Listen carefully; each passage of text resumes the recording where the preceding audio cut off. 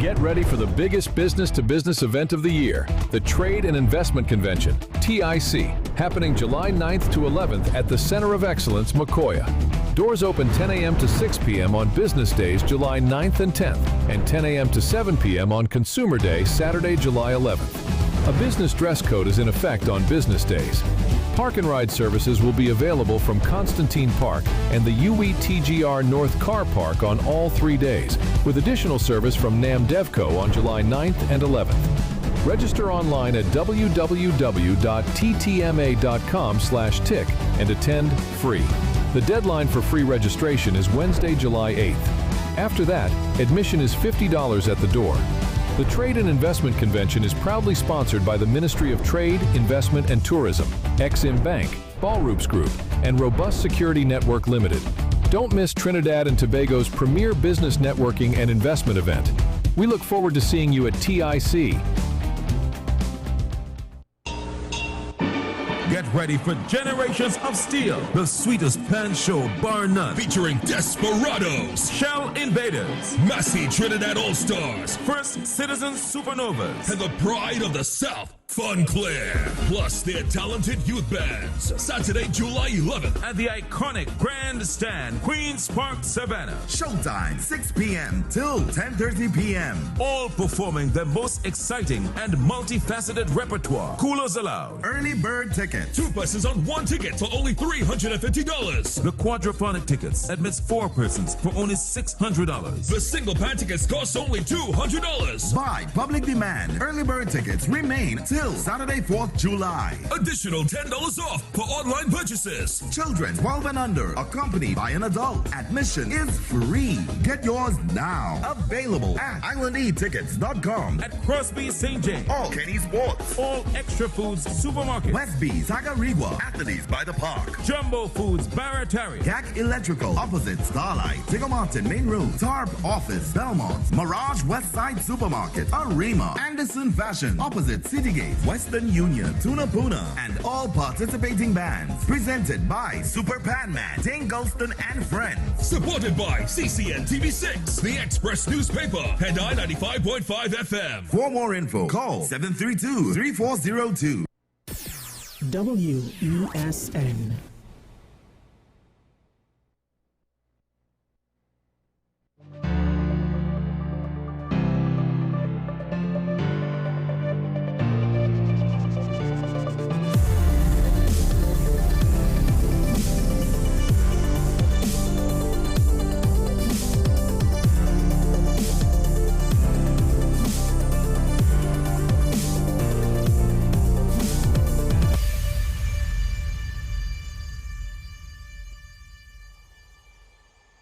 Good morning.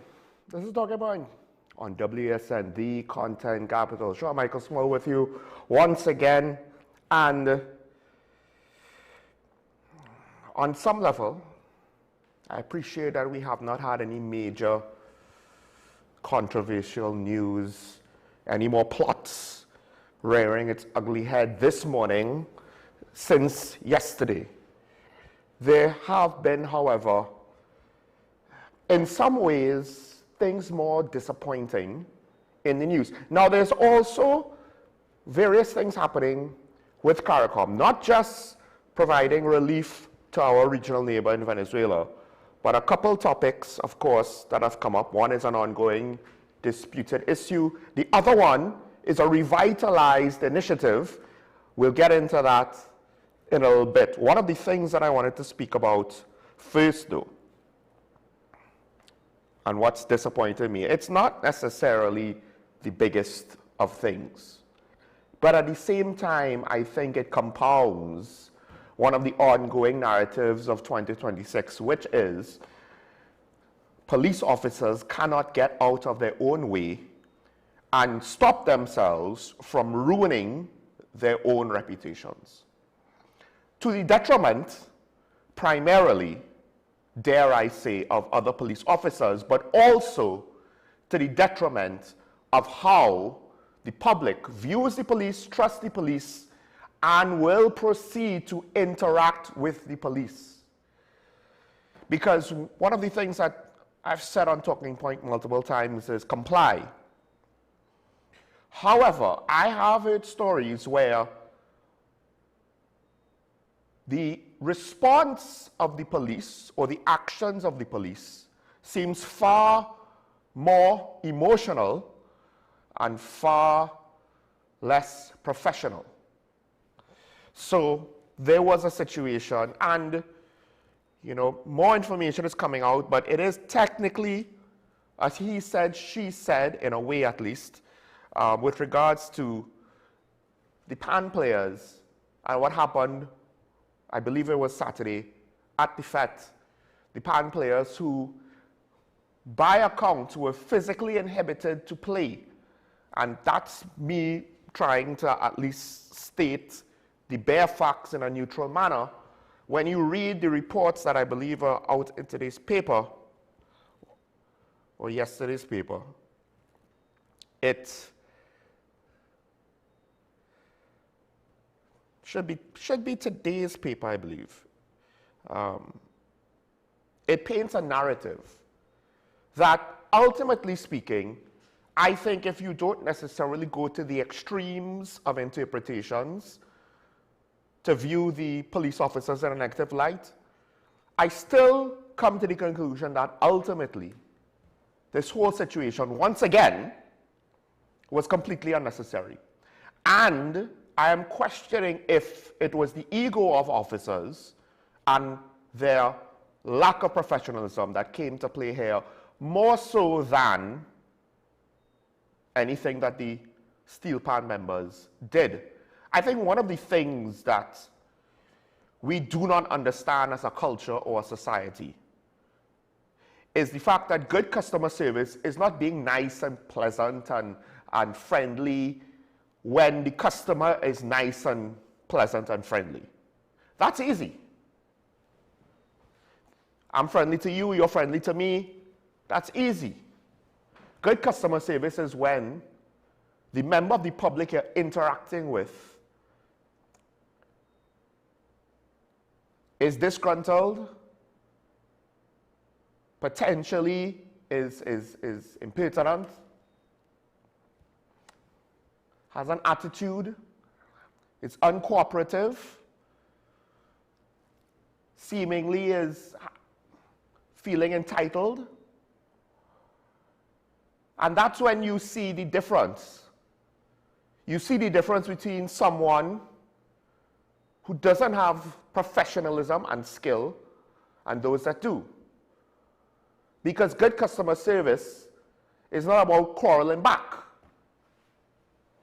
Now, of course, there are limits to what any public-facing employee, agent of the state, should tolerate. Obviously, there are limits. We assume, however, the limits in a professional capacity are whatever we want our limits to be in our personal lives. And that is far from the case. One of the things that Gary Griffith tried to do, and I do believe customer service was the term utilized, and utilized for good reason when he was commissioner. We don't necessarily hear the term utilized as much under the current regime. I wonder why. Because in part, you have that layer of professionalism to prevent yourself from doing anything at all to exacerbate the situation and cause things to devolve to the point where you get to a point of no return. One of the issues is, if the police want to treat everybody like criminals, you're going to get pushback across the board.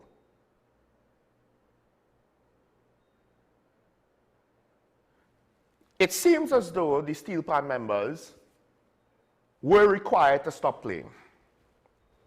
The question is not whether they had a right to play or not, but the manner in which the police conducted themselves.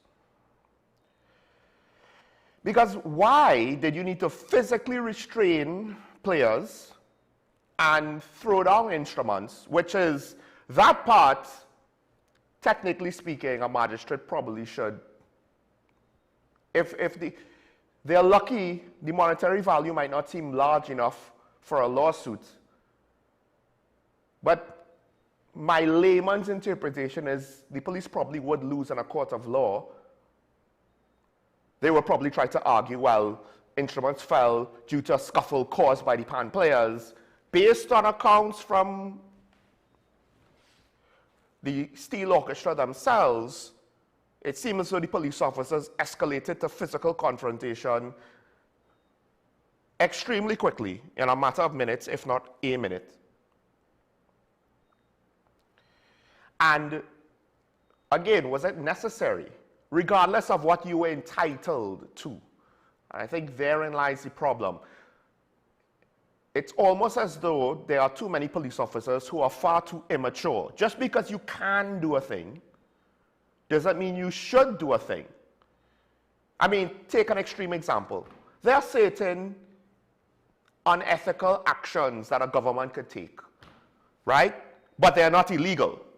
Now, I ask you, if something might seem wrong, but is technically legal, would you say our government is entitled and should do it?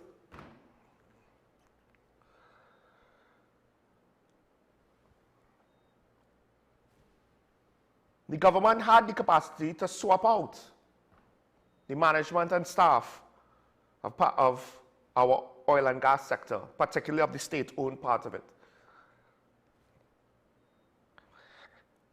They had that legal right. And then we had the tragedy. 4 divers died. The manager of the day decided no rescue effort and did not allow the people who's in their contract, they're responsible to conduct a rescue, did not allow them to try. Was that right? It was legal, potentially.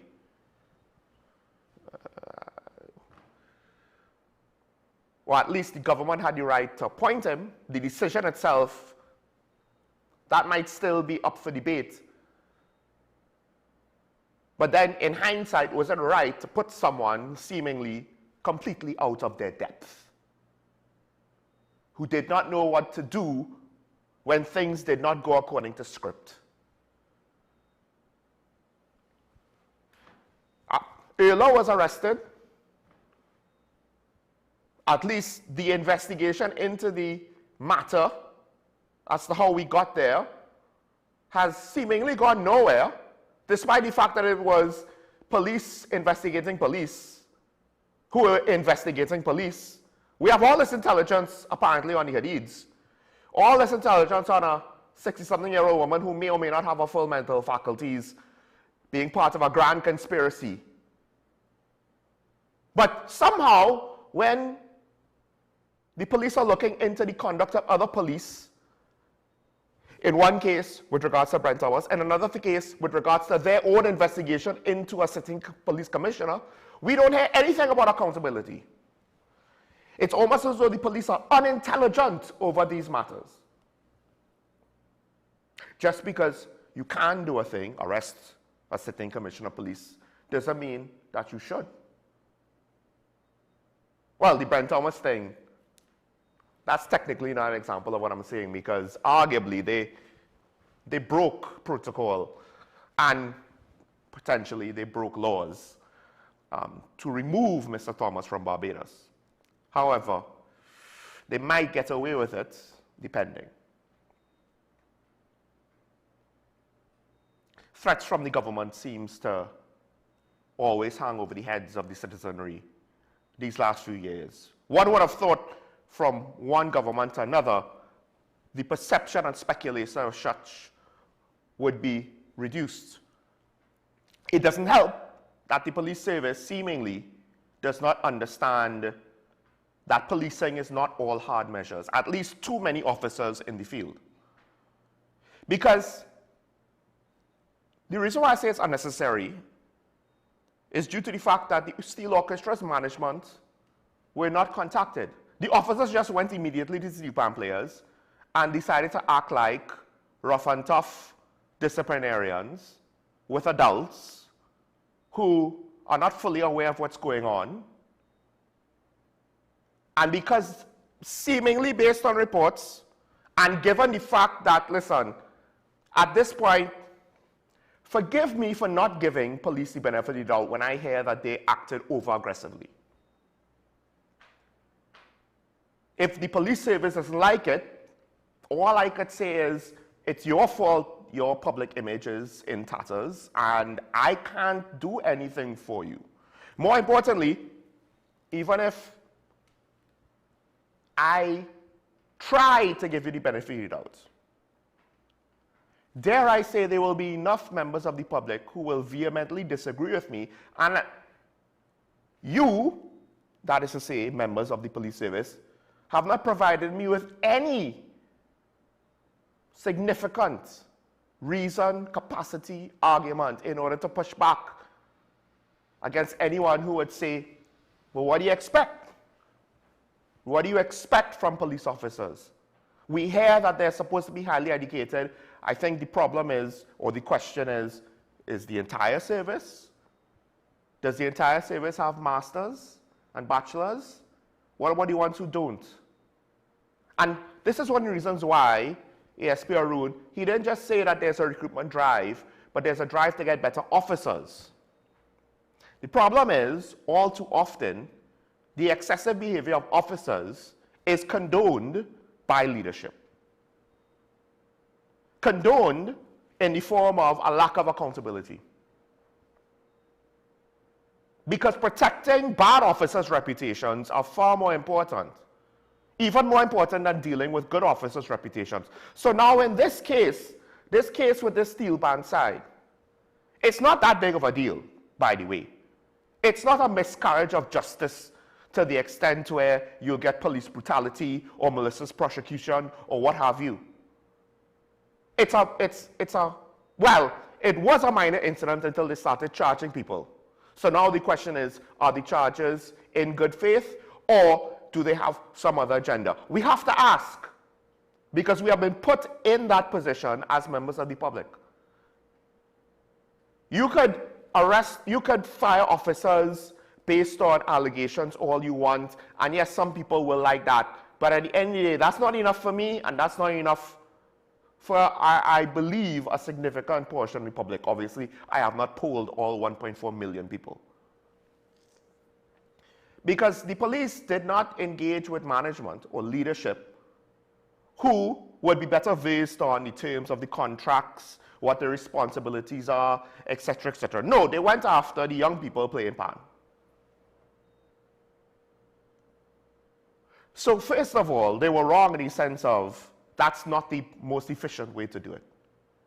It's just not the most efficient way.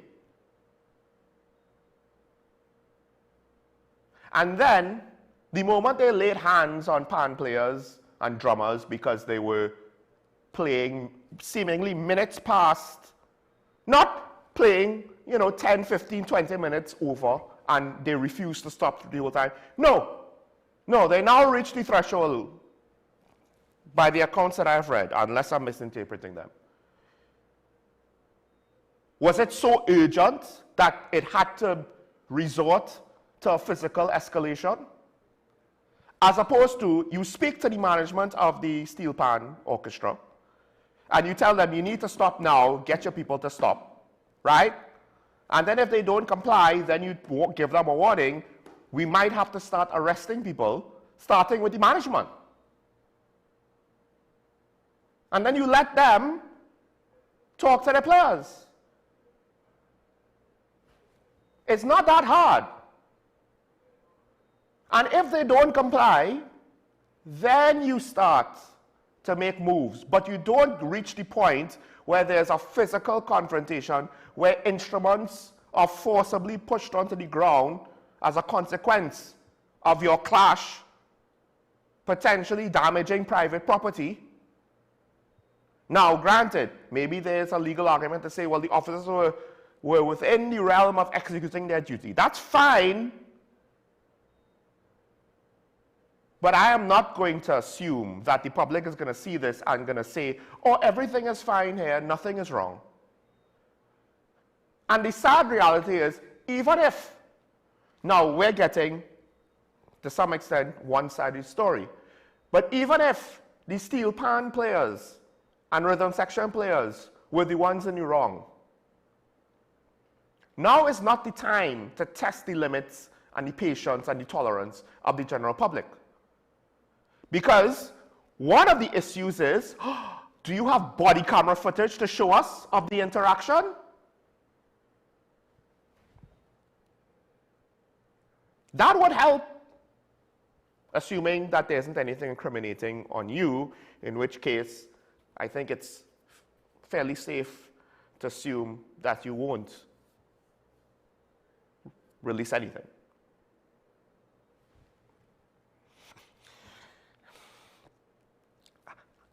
At this point, I think the police service needs to ask itself, what does it want to be in society?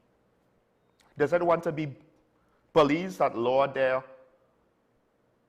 responsibilities and morph them into authoritarian power over society? Or do they take their sacred duty seriously to protect and serve, not to order about and rule? Because it's not that the entire population is going to be angry at the police overnight. But you're watching it slowly but surely turn into an untenable situation. And the further along this path it goes, the less severe the situations need to be for the public to view the police negatively. Because there's nothing about this interaction that, based on the reports, suggests that the police were being professional. Rather, it more suggests that the police were being egotistical. Good police officers will understand that when you confront members of the public, the confrontation is going to affect their judgment, and they're not necessarily going to always keep up. Now, criminals are different because they're accustomed to being confronted by police, at least the hardened, long-term career criminals. Members of the public are not. And you're already in a position where you might be perceived as trampling unfairly and unjustly on private rights and freedoms.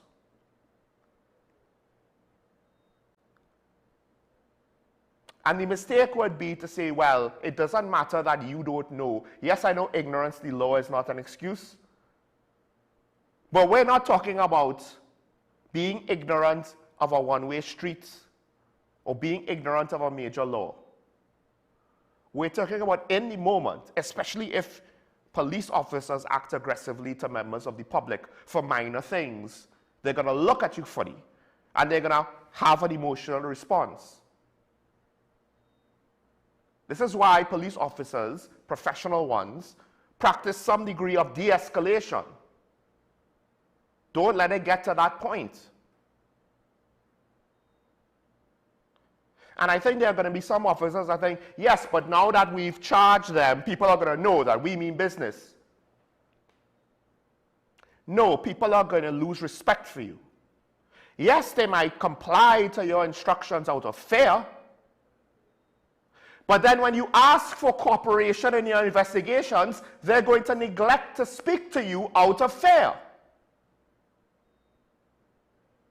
When you ask for support from the public, they're going to shy away from you out of fear. If fear is the tool that you want to use to police a population, fear is what you're going to get back in return. And of course, no one ever accused the commissioner of being good at his job. This is a public relations situation that needed to be addressed immediately and decisively. Because what is the benefit of allowing a narrative to continue down this path? What is the benefit of saying that we're charging them and trying to make it seem as though this is a significant case of law breaking? This is a steel pan side of a fet that was following instructions. Whether those instructions were correct or not, they were just following it. And in the heat of the moment, they didn't stop immediately.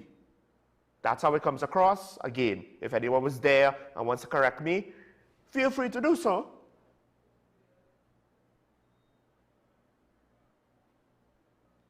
Like I said, this is not a case of a murder or a kidnapping or money laundering or drug sale. This is not a serious situation, but it's a telling situation. It's almost as though these officers didn't know how else to interact with the public. All they know how to do is to deal with pests. And dare I say, and let me reiterate this again, because some people might think, criminals shouldn't have rights. That's where you're wrong.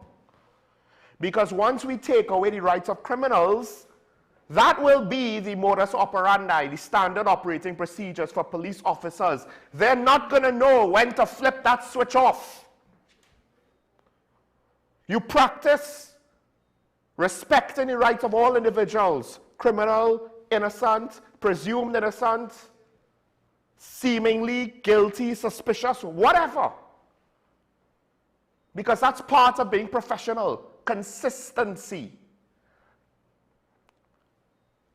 Acting with good conduct consistently. And only escalating things where necessary. A steel pan side. That's necessary.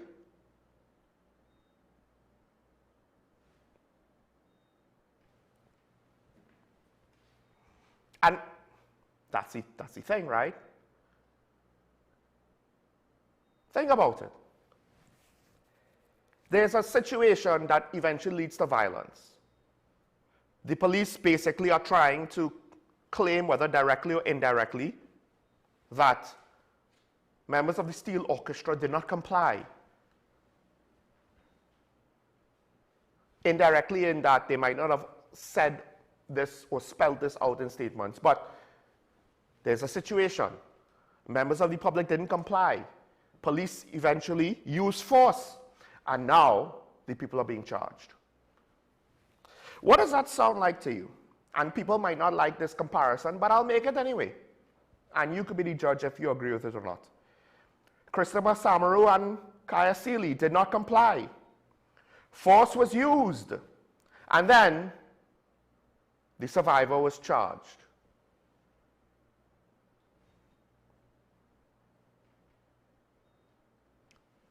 The little things speak to the big things.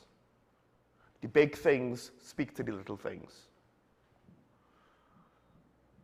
The police don't have perfect information. They're not going to know when to turn it on for criminals and when to turn it off for ordinary civilians. So the unprofessional ones will always have it on. And the sad reality is, for many in the public, they felt this way before this year. It's just that this year now, I think it's becoming more out in the open. It's become, the members of the public, more members of the public are becoming more aware. And again, the sad reality is, not all officers are bad officers. I've even seen situations where officers were suspicious of people right next to me who were literally doing nothing wrong.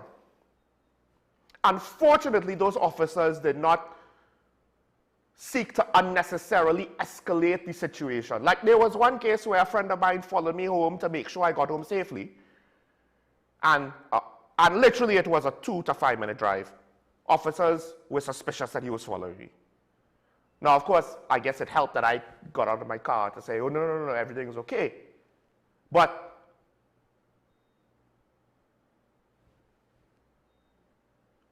again, as much as the officers had a suspicion, they didn't let that suspicion drive them to escalate the situation. Nobody got physical, right?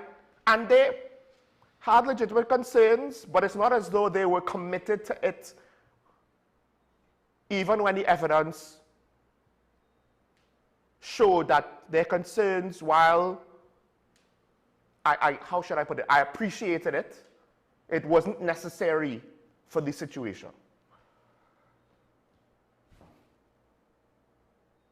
Not all officers are bad.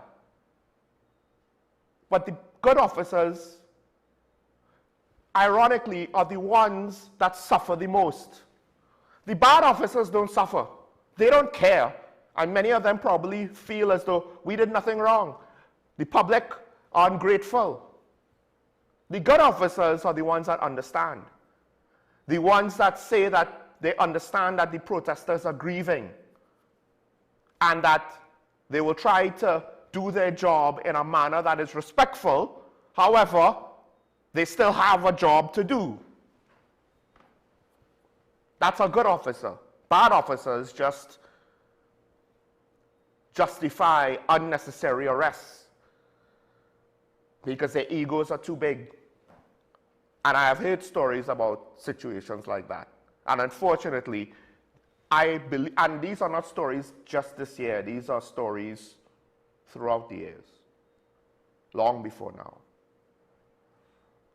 But at the very least, we didn't have a major incident where the public's concerns were so crystallized and based on evidence so clear. Because the fact of the matter is, I understand the nature of the charges and why they could be brought about. But when one has his hands clearly up, you need to have some really good explanation as to how it ends up that he's the one that's dead. How is that responsible policing? And when you can't give an explanation or you choose not to, you allow the implication that you have no good explanation to persist. When you leave the public with nothing, they are not going to hope for the best. Because we are long past that point. There have been too many high-profile cases where we have seen the police at their worst. And the efforts of the officers trying to act professionally and rectify the situation, I understand. I understand that it doesn't seem fair. That's part of the job. Private business goes through the same thing.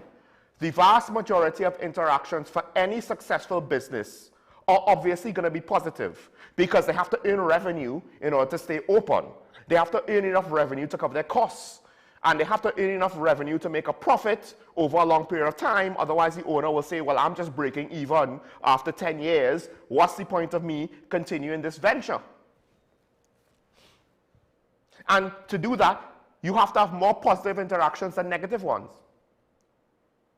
And while some positive interactions does become part of the public discourse on whatever the entity is, the vast majority of positive interactions are not spoken about. And the vast majority of reviews are either the very positive or the very negative, but the very negative is the ones that travel.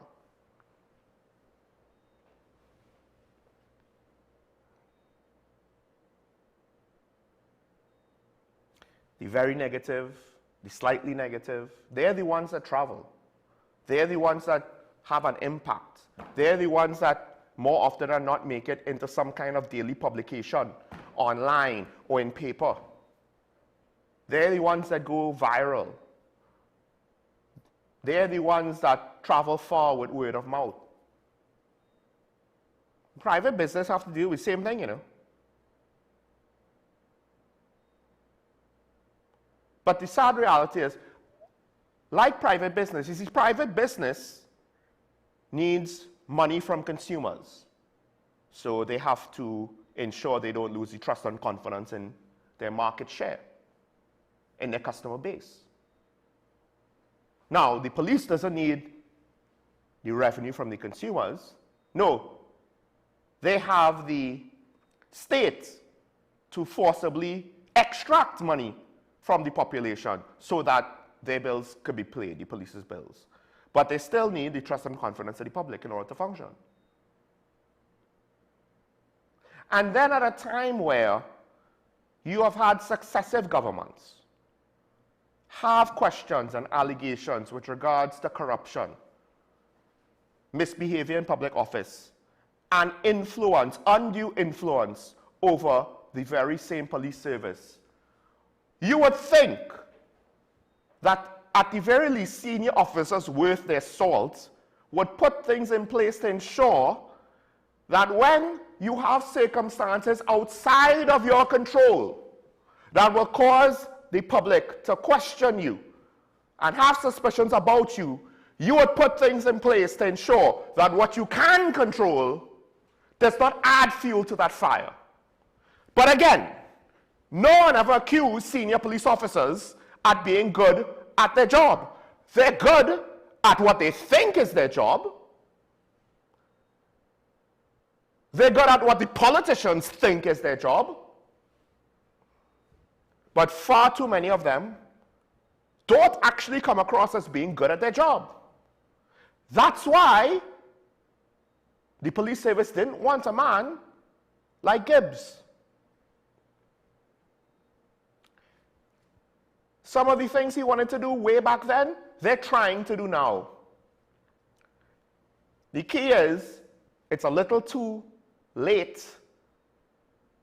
You're trying to play catch up, not the condiment, but the pace. When starting from behind, if it was done during Gibbs' time, a foundation could have been put in place to prevent public mistrust from growing any further, from fermenting, from cementing.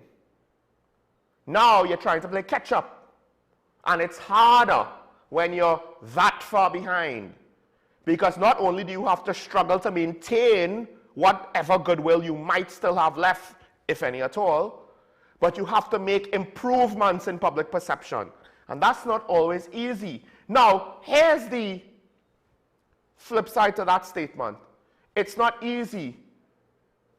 If you're actually a well-behaved entity that behaved in a respectable manner, theoretically it should be easy because you've fallen so far. It should be that the only direction you have to go now is up. But apparently there are some officers that want to prove that no matter how far the police have fallen, they could fall further. I don't necessarily know why. And again, let me reiterate for the third time, this is not some earth-shattering incident. This is not some major miscarriage of justice, but potentially it's a minor one. And it's a minor one that speaks to the mentality, the standing operating procedures, the judgment, the perception, the capacity, mental, emotional, less importantly, physical, of at least some police officers.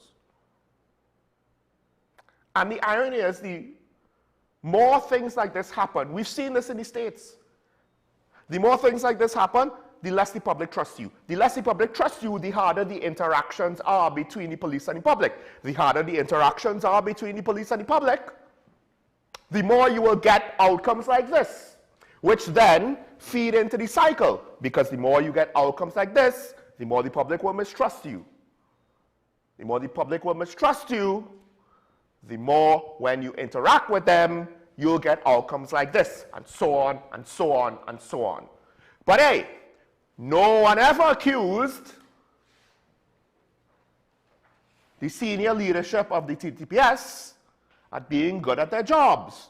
If they were, they would know when to tell whoever ordered that expedition to Barbados, no, because it will cause a legal firestorm that will be public. Well, apparently the police were in some ways out front on the justification side of that. Incredible mistaken judgment. They would say, no, maybe we shouldn't arrest the sitting commissioner of police. But again, one could say potentially that the police were at the forefront on justifying that. Ironically, it should be the politician saying, hey, let's not go too far now, especially when we're talking about actions that will be noticed by the public. But since you don't have professionalism on either side of the equation, or dare I say, relevant or pertinent knowledge necessary to make such decisions, then you get bad decisions. And if you're going to make bad decisions, remember, we had an election, the politicians changed. For the most part, the police did not change.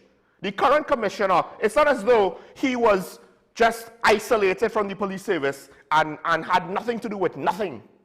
He is from the service that existed then. He wasn't necessarily part of the senior executive, but he came up in the same culture that they did.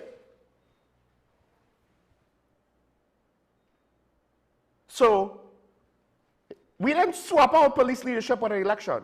It's for the most part the same leadership. Oh, it looked good in the beginning when he was appointed. Not a lot of things have gone right for him. All we need now is for the media to ask him how he would rate his performance. If he answers like earlier, well, you have your answer on the quality of the man in the office. If he answers like Mr. Jacob, maybe there's hope for him yet. I don't expect that to happen. Or maybe he might try to do a Forrest and be a smart man.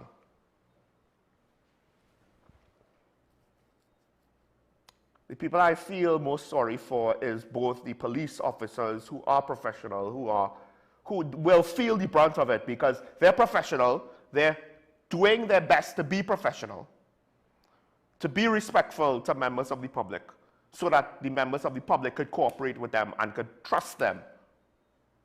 And they're watching that just being washed away by potentially the idiocy of their peers.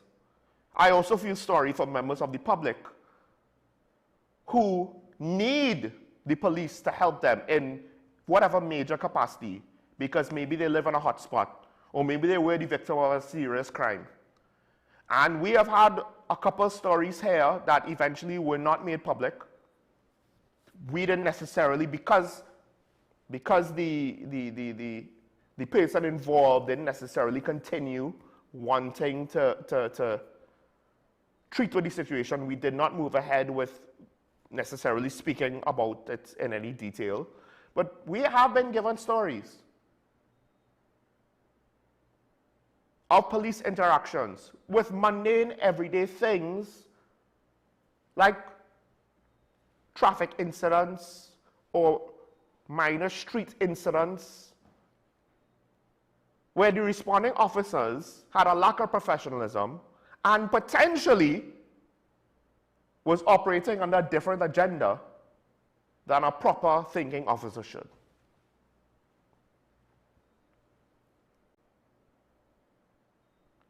But the thing is, the police service is not some monolith entity where all the bad things happen under the TTPS and nothing else goes wrong with the public sector. No, a lot of it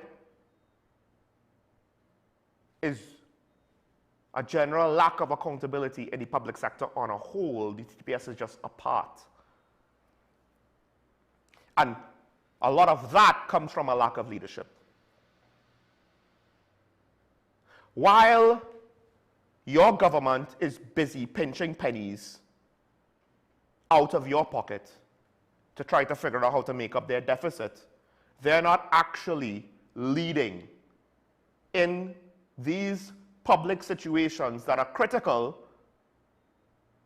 to national perceptions, to national trust and confidence, to national sense of pride and duty. These days, these last however many years, it seems as though we are Trinbagonian in spite of, not because of. But like I say, you get what you pay for. However, a lot of people might not agree with me, might not want to believe me. That's fine. Let's just wait and see what other shoe could drop. The left and right shoe already fell. Apparently there's always another shoe to fall. What else could go wrong? you would think that whatever can go wrong has already gone wrong. But hey, Cowboys still losing. Knicks finally won, but it took how many decades to get there? I don't know if we want to go through such a process for our law enforcement. But let's not forget, the reason why I'm fairly secure, I feel secure with my perspective, let's not forget that I've spoken about multiple instances of suspects dying in custody. And somehow, as a society, we have done little to nothing about it. We're not talking about convicted criminals. We're talking about suspects. That is declaring guilt as an assumption.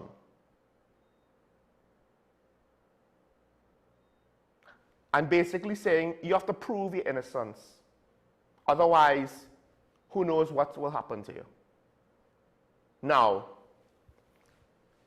ordinary citizens run afoul of the law. It happens. Do you document your entire life, all your receipts, where every location you go to, every activity you do? Do you document everything in your life so that you are always prepared with evidence to prove your innocence?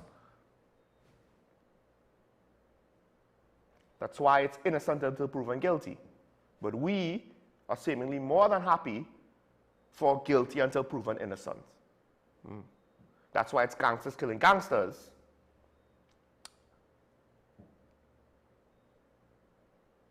And, well, public victimization. It's not always by gangsters. Let's take a break. When we come back, there's talk of the regional ferry service. And I think at this stage, I feel the need to maybe interject some sense of realism into the equation, because there's a lot of hope, but we have direct experience on how these things goes. And while the initiative is a good one, I don't know if we are ready to make such an attempt yet. Stay tuned. We'll be right back to speak about that and more after this.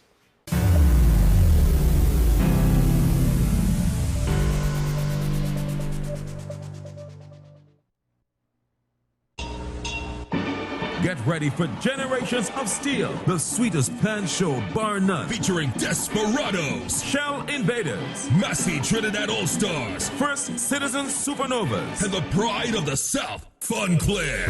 Plus their talented youth bands. Saturday, July 11th. at the iconic Grandstand, Queen's Park, Savannah. Showtime, 6 p.m. till 10:30 p.m. All performing their most exciting and multifaceted repertoire. Coolers allowed. Early bird tickets. 2 persons on 1 ticket for only $350. The quadrophonic tickets admits 4 persons for only $600. The single pan tickets cost only $200. By public demand, early bird tickets remain till Saturday, 4th July. Additional $10 off for online purchases. Children 12 and under, accompanied by an adult. Admission is free. Get yours now. Available at ICNTT.com. At Crosby St. James. All Kenny Sports. All Extra Foods Supermarket. Westby, Tagarigua, Athletes by the Park. Jumbo Foods Barataria. Gag Electrical, opposite Starlight. Digger Martin Main Road. Tarp Office, Belmont. Mirage Westside Supermarket. Arima. Anderson Fashion, opposite Citygate. Western Union, Tunapuna, and all participating bands. Presented by Super Panman, Dane Gulston and Friends.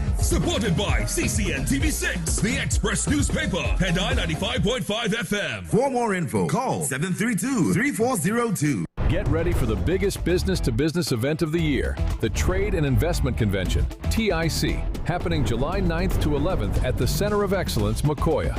Doors open 10 a.m. to 6 p.m. on business days, July 9th and 10th, and 10 a.m. to 7 p.m. on Consumer Day, Saturday, July 11th. A business dress code is in effect on business days.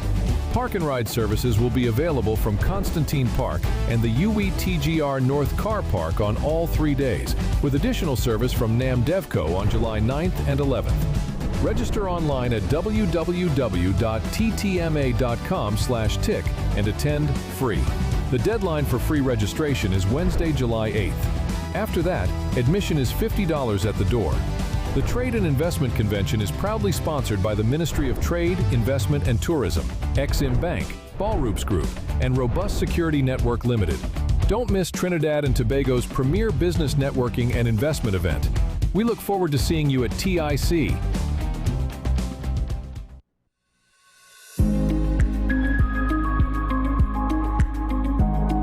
Something very important, there is an intrinsic neurotrophic factor that is released via myokines, that is some peptides that we have in our muscle that produce neuromodulation and increase that peptide in the brain to increase the neurocognitive of the brain. I'm glad you said that, right. So exercise has an important part to play in the aging brain. As we get older, our gray matter does shrink, we have reduction of synapses, but exercise is shown to actually improve our cognitive functioning. Totally.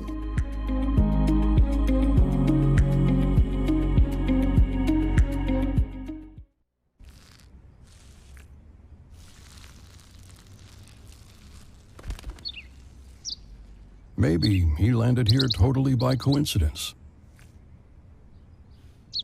But if by chance he's admiring your fresh coat of Benjamin Moore soft sky blue, well, that's a pretty high compliment. Coming from an expert.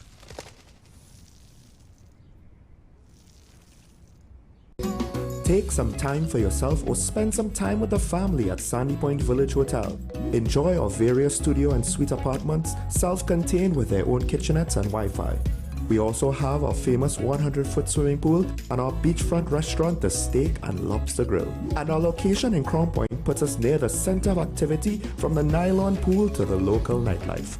Call us and make your reservations at 639-8533, 389-2378 or email us at sandypointvillagehotel@gmail.com. Knowing how to tell authentic is as easy as 1, 2, 3. Find it, match it, search it. Step 1. Find the style number on the tag. Step 2. Match the style number inside the jersey with the number on the tag.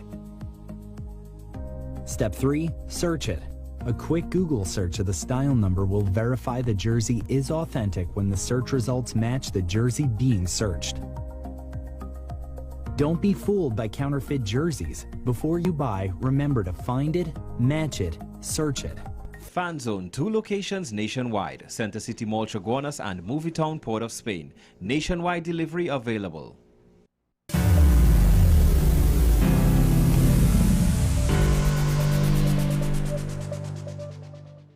I'm back here and talking about the WSNT Content Capital, and don't miss the Trade and Investor Conference. Now it's starting out today, a business day, continuing tomorrow, another business day, but then on Saturday it will be open for the general public. It is the Consumer Day, and of course WSN is going to be there as we were last year. So if you just want to meet some of the personalities, myself included, particularly on the Saturday, if you're a member of the general public, feel free to pop in, say hi, and take in whatever else there might be there at TIC, because there'll be quite a lot of local companies, maybe small ventures, small manufacturers. Who knows what hidden gems you might discover. TIC this weekend for the general public, this Saturday, 10 a.m. to 7 p.m. for the Consumer General Public Day. For those of you in the general public, don't miss it. And of course, like I said, it starts from today as one of 2 business days, today and tomorrow, from 10 a.m. to 6 p.m. Now, regional ferry service, something that on paper I do like the idea of, I have to say. It makes sense, I think, but it's not that simple, it's not that easy. And at the end of it all, it comes back down to money. Now, I was somewhat taken by surprise that this has come back again, that we are looking at a regional ferry service, because I'm not entirely sure if it seemed at the time it was a P&M government-led initiative that didn't seemingly have quite as much support from other stakeholders, at least in this country. Obviously, of course, the other islands are looking at it as well. Distribution of goods, as well as a way to potentially provide cheaper passenger transportation, would probably be welcomed, right? At the end of the day, an airline flights, they're not always the most cost-effective way to move things around. I think the issue comes from, generally speaking, the cost of operating these ferries, right? Now, part of the questions are going to be, what are the ticket prices going to look like? They might be cheaper than airline tickets, but then will people be willing to buy ferry tickets? And also, just think about what happens with regards to our inter-island ferry service. And I think that's the starting point that I have with this, on two levels. One, the rough waters from once the ferry reaches Toko and then turns north to go towards Scarborough. The propensity for people to get seasick in that last hour or so of travel. Because at the end of the day, a fair amount of the waters around the Caribbean is not always going to be shallow and calm waters like a lake. It's going to be an ocean. It's going to have waves. And one of the things that the Prime Minister of Barbados has spoken about, and this, I believe, was something that was on the table even before when Dr. Amy Brown, as Foreign Affairs Minister, was speaking about this, is for one of our ferries to be part of that, right? Prime Minister Mia Mottley has revealed, and I guess revealed in this case is it's not as though this was something that was never spoken about before. It's just that we didn't necessarily know that our current government was looking into this. Prime Minister Mottley has, this is the report, revealed that Prime Minister Kalapsa Bisesa has agreed to explore the use of one of this country's ferries as a proof of concept while longer-term private sector arrangements are finalized. I believe it's the Galleon's Passage was what was looked at under the previous administration. Now, the thing is, just the inter-island ferry service, you have issues with rough waters, or waters rough enough to impact the customer experience. You also have the economic viability question. Because now we do have relatively cheap tickets, in part because we're going from here to there. We don't view it necessarily as far, so we don't necessarily want to pay a premium, and it technically has to compete with subsidized air bridge tickets. It is, right? Of course, flying to Tobago technically costs more. It's more economical to go by boat, but flying to Tobago is, for the most part, easier for most people.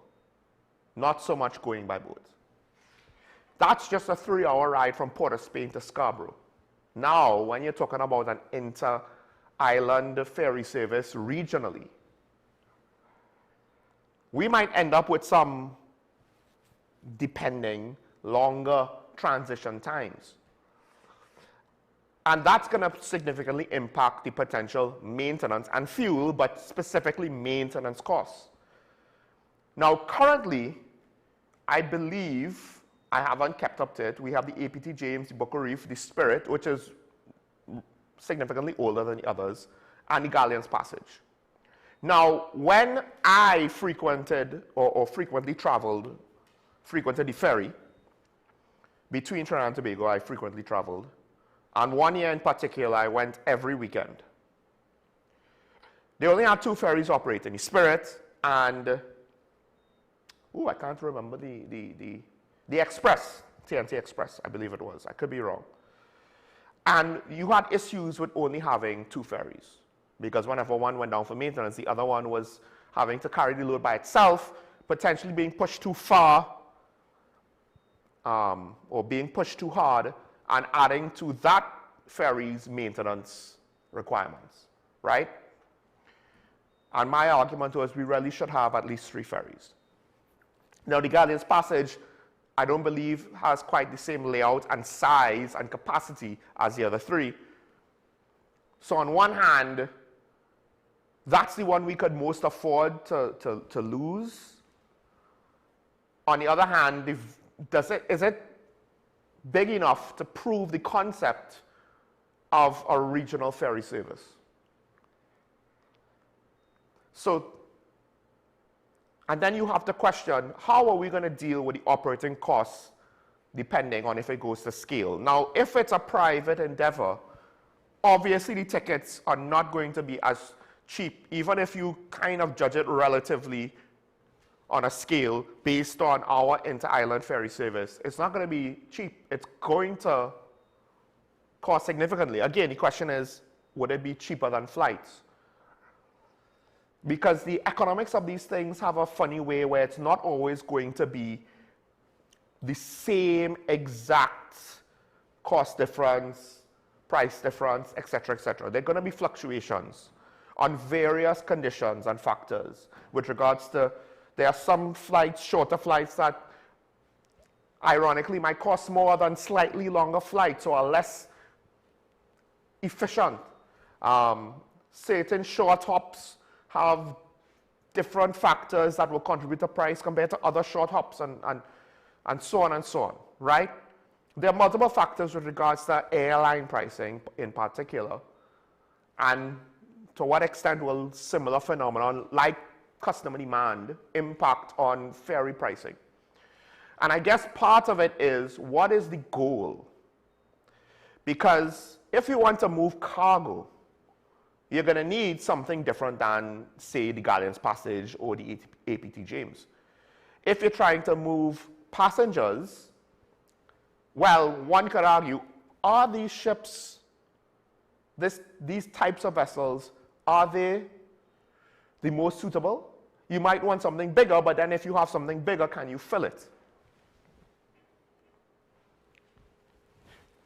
Something bigger would be more stable. Something bigger could combine cargo and passengers. Something bigger would potentially be slower than the catamaran configurations of, say, the Spirit and other sisters.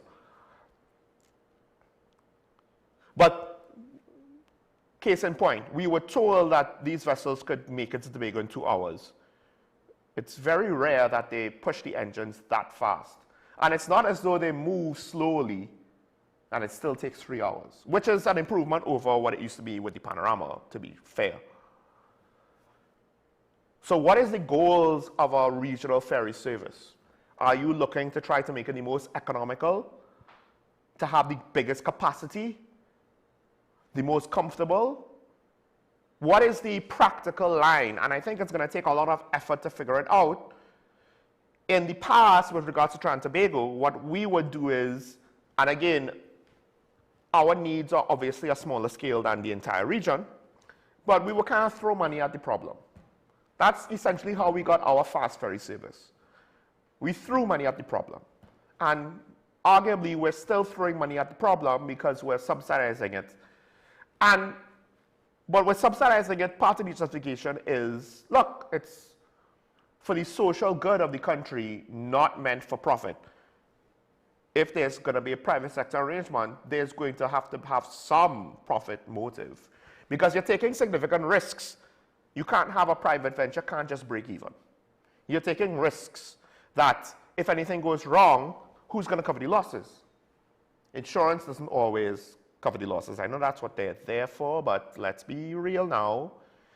Insurance is there to take your money and give you a false sense of security, and you hope that you can recover something if things goes wrong. But that is highly dependent on the people making your case and the policies, the unstated policies of your insurance company.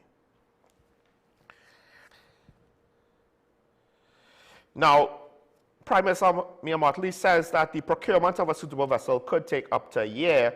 The thing is, if it's a private sector operated ferry service, if you, that is to say CARICOM or whatever government purchases a vessel, you are then now trying to shoehorn, hey, you private entity, your operations have to fit in this framework. Now the question is, would that be the best, how to put it, constraints for whatever private entity decides to undertake this venture? Maybe there might be one entity that would be better are dealing with a larger capacity vessel that might be slower, but they might better understand how to run a business with that type of vessel. Then there might be another company that might be better operating a smaller scale, faster vessel. But then, of course, you have to consider which one will offer better terms, which one could offer better rates. The rates of the service will be dictated in part by the economies of scale that you could experience from the size of the vessel or not. The other thing is this, one vessel. Now, on some level, perhaps we might have to start that small with one vessel. And what that might mean is, because the question would be how much demand is there for these things. Now, if we try to have large numbers of transits or voyages once a week from this island to that island, so on and so on, you might dilute the customer base. You might not have enough to sustain a high amount of voyages in a short time frame. So it might be better to have one vessel, and then it's, well, this week or these 2 weeks, it's from this island to this island, and this island to that island, and that island to the next island. And, you know, it might not be the most convenient way to do it. You might have to wait a couple of months for the next time the ferry reaches your island, and you might have to go to different islands before you finally get to your destination. Now, the issue with that is, to what extent will the public respond to a product like that? Because if you only have one ferry, it's not just about servicing one island. You could only service one route at a time from one island to another island. So if it's going Barbados to Grenada, but you wanted to go to Trinidad, tough luck. That just won't be available. Now, one way to alleviate is maybe to have two ferries going in opposite direction, as one is going north up the chain, the other one's going south up the chain. But again, you're still on the chain. So then it would be, do we only limit it to a few islands starting out? I think that might have been where it was going to start, with just 3 islands. I can't remember, it's been a while. The proof of concept is expected to focus on the southern and eastern Caribbean. Once you get into 4, 5, 6 Caribbean islands, you run into complications as to, well, what's the point of this if I could only maybe make use of the ferry once a year, and I have to spend hours going to islands that are not my final destination before I actually get where I want to go? I might as well just fly. And this is going to matter, especially if we're talking about goods and perishables, right? Right now, whenever we send relief supplies, we need to understand we send those supplies direct. We don't have a distribution network for goods that runs on the ocean. Or we have the ports, they do have cargo ships, but the way how it works, it's not quite, I believe, what the Caribbean leaders are looking at. So we see the cost of our inter-island ferry service, and at times when things goes wrong with the cargo boat or when boats break down, how easily service is disrupted and how difficult it could be for those aspects of the services which are necessities for our national economy to operate, right? Now imagine you have a regional ferry service based on one boat that is somehow trying to service multiple islands. And then that boat is going to have to go down for maintenance at some point. Are we going to say that it makes sense, it's going to make a major difference in the lives of the people of the Caribbean if we have but one boat? How are we going to facilitate trade between islands? And I think that's a big hiccup, right? We have a cargo ferry to send goods from Trinidad to Tobago. One destination, one route. That alone has not always been the easiest thing whenever you have hiccups. If you want to facilitate goods being transported amongst the Caribbean islands, it'll take days at the very least to go from one island to the next, I believe. Maybe I'm wrong, but quite a few hours. But the point is, you could only go from one island to the next one at a time. Is it going to have the, not just the capacity, but the tempo to make it a viable service? And then, again, you're going to buy one boat, then try and find a private company to operate it, as opposed to maybe including the private stakeholders from the beginning, right? With regards to selecting the boat, and maybe even financing the boat, unless you want to own it. All right, fine, but still with regards to selecting the boat, selecting what scale you want this service to operate at, and that will impact the pricing, that will impact the speed, so that will impact the turnover. But why just one boat? There's never a good time for a boat to go on maintenance, technically, especially if you want to move goods around. Businesses won't want to drop in the capacity to sell.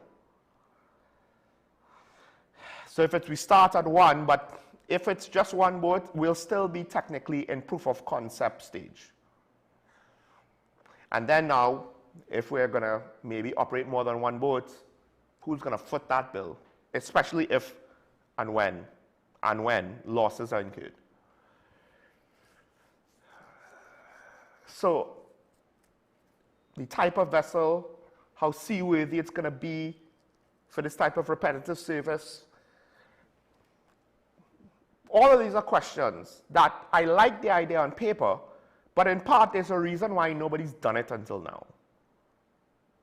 Because it's not that simple, it's not that easy. There are certain islands that do not have ferry services. I believe Hawaii is one island chain that doesn't have ferry services in between them. You have to fly.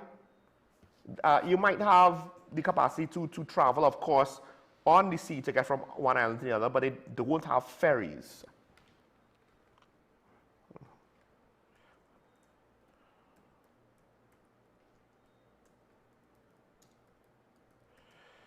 So there is no easy answer to this. Now maybe if you get solar powered boats,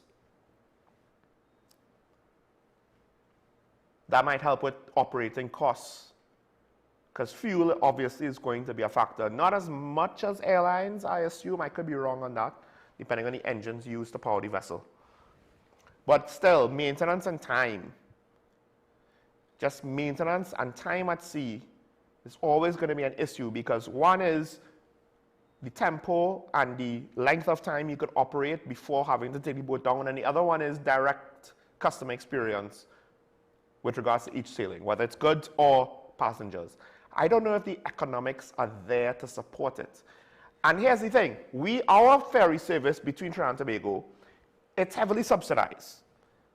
Yes, partially because of social factors, wanting to have a cheap means to travel between the islands, right? So the regional ferry service might not be so heavily subsidized, but still, the kind of expense to keep it going is significant. And I don't know if, because there are people who refuse to take the ferry at the current price point, would the supply be sufficient to justify having a ferry service if we removed most of these subsidies and allowed market forces of whatever the maintenance and fuel costs are to dictate the floor of what ferry tickets could be priced at? At whatever price that might be, theoretically speaking, would we have the same level of demand? And would that demand be enough to justify the existence of the service in the first place? With regards to the airline, it's a lot easier. If demand is reduced, then it would make things easier for the air bridge. But there will be a point where if demand is reduced, the ferries, we use small planes.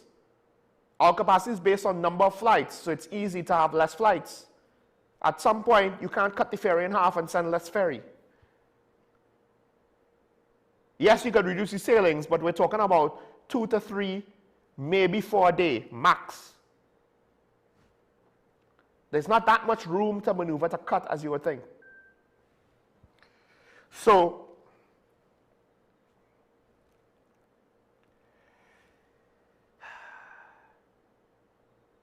there's a part of me that hopes this could happen. It's just how. This might be akin to trains, and perhaps it needs to be, we need to figure out not just, oh, you're a passenger on a ferry, but to have a proper ship, maybe even some kind of hybrid mix between ocean liner, cruise liner, and just, well, an ocean liner is passenger transport. But then, of course, that is depending, potentially a much bigger vessel. But I compare it to rail because at this point, at least in certain countries, particularly in developed countries, you kind of take rail, at the very least for the experience, as much as a means of transportation, especially when you're talking long distance travel. Because for the most part, you just fly. Or drive. Americans love to drive. They will drive across their country, as vast as it is, spending days at a time behind a wheel. You take train because, in part, you want to experience the sleeping car, the dining car, the various facilities and amenities on the train. It's relatively more comfortable than driving, at least in some respects. Now, can the ferry service be geared towards that? But then that's a bit of a more expensive and premium product. Or perhaps you can figure out a way to have that. This is what airlines do. You have first class and business class that allows you to have economy. You rarely make the money as an airline on business class. That's where the real profit margins are that incentivize airlines to chase after. Economy is more to fill out the plane and to give you, to ensure that you have a minimal amount of customers, almost like to keep your minimum level of revenue up. But if an airline could choose, they would just have all business class seats, ironically. Even first class is not quite as profitable. So the profit from the business class allows the other classes to more easily exist. Potentially allows for some flights that might not be viable otherwise to happen. Can that work with the ferry service? I don't know if they're necessarily thinking to that extent. But part of the problem is it might not be viable until it's scaled up, but scaling it up requires significant capital investment. So I guess the question is, are we looking for anybody that maybe has the experience and the vision? Because in part, what might be best for the Caribbean region might not exist elsewhere, to be honest. Not every body of water is the same. Not every coastline is the same. Not every island chain is the same. There are parts of Africa that has a lot of coastline which cannot be used for commercial purposes. I think it's something like a significant chunk of the west coast of the continent. It's a combination of deep water, unsheltered water, parts of the coastline. I think with Suriname, a lot of the coastline is marshland, so it makes it difficult then to utilize the bulk of it for commercial operations when, you know, it's mostly underwater. So not every coastline is the same, not every body of water, not every ocean is the same. The conditions are not all the same. We are not Hawaii, Hawaii is not us. We're small islands, so any thought about scaling it up does make things economically questionable. So then do you scale it up with the size of the boat, the number of boats? Is it more expensive to operate numerous small boats as opposed to one big boat? Is it more practical logistically to operate numerous smaller boats? All of these are questions that having a proof of concept, if you take the Galleon's Passage or the APT James or whichever ferry, proof of concept might not answer. Buying a boat afterwards to formally replace the one loaned by TNT, there are certain aspects of it that's not going to be answered. And then now, Trinidad and Tobago already has budgetary issues with our own domestic situation. And one could argue the ferry service is quite expensive, and again, this is just our domestic ferry service. Now, which island is going to foot the bill to help ensure that there is financial stability for regional ferry service? And will Guyana be involved would obviously be the first question. And then some of the bigger economies of the Caribbean, which will also help with potential demand, market, size. It's not in the east, it's in the west. So again, what is the goal of this? It just might not be practical, unfortunately. Or at the very least, the cargo boats might have to be separate to the passenger boats, but then you still, again, have questions about economic viability.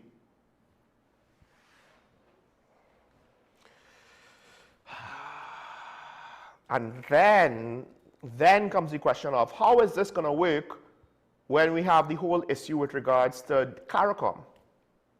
When some of the same players in the regional ferry experiment are also some of the same players that have a significant dispute with what's going on in CARICOM. Now, with regards to that, and I'll just touch on that quick.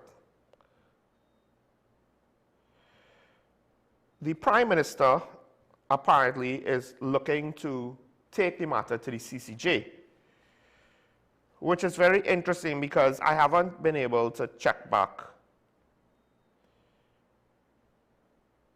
But there was a point in time, apparently, it's been reported that the Prime Minister did say that she was not necessarily going to go to the CCJ or did not want to go to the CCJ.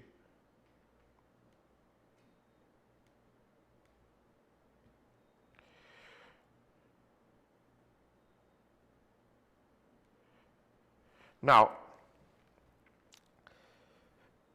regional leaders yesterday agreed to seek an advisory opinion from the regional court. Quote, to facilitate this request, the community agrees to commence proceedings to secure such advisory opinion in accordance with Article 212 of the revised Treaty of Chaguaramas. The community acknowledged that this is the very purpose for which the CCJ was created, to be a treaty interpretation body. All right, fair enough. I don't necessarily know how far the government of Trinidad and Tobago wants to take this issue. And any attempts to then now treat with a regional ferry service, how is that going to be affected? Because we have potentially already seen regional trade be affected.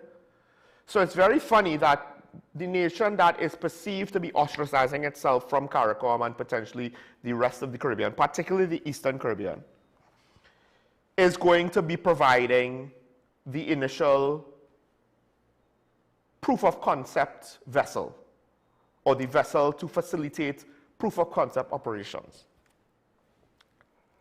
How's that going to work exactly? Now, could this be a sign? Here's one thing though. Could this be a sign that perhaps for the sake of dealing with practical matters, whatever the differences were between our government and the Eastern Caribbean is being put behind on the back burner? We're moving on from. In part, some of the issues last year was with regards to the American action, last year, early this year, the American actions in the Southern Caribbean, which technically are still continuing. Not to the same degree, the same pace, the same frequency. But perhaps now that is, I don't necessarily want to say this way, but for lack of a different way to put it, yesterday's news, perhaps now heads of state have decided to move on. Now it's just to deal with this CARICOM General Secretary situation.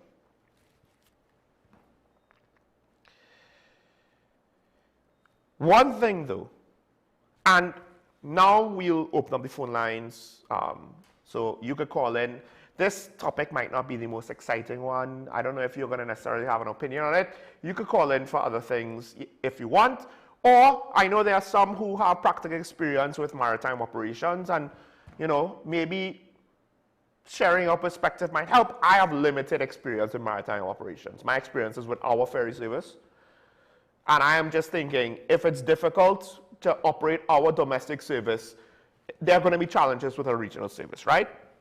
But with regards to the CCJ, CARICOM agreeing to the proposal to refer to the CCJ for an opinion, a lot of government ministers are congratulating the Prime Minister for, quote, for demonstrating the courage, conviction, and statesmanship required to stand firm in defense of transparency, accountability, and the rule of law.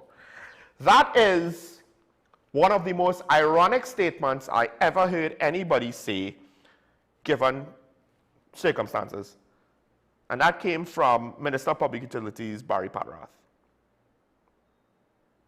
Leadership was about, quote, having the fortitude to stand by what you believe is right, even if you stand alone, end quote. That's cute. That's cute because I could argue that the friend of Kaya Sealy who was arranging protests was having the fortitude to stand by what she thought was right.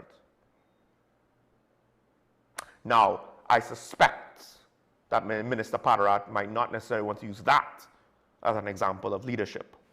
I could be wrong. Let's not forget the Prime Minister called them grifters. At least maybe she wasn't directing it at the protest organizers, but at other stakeholders. We have a caller on the line. Caller, good morning. You on here?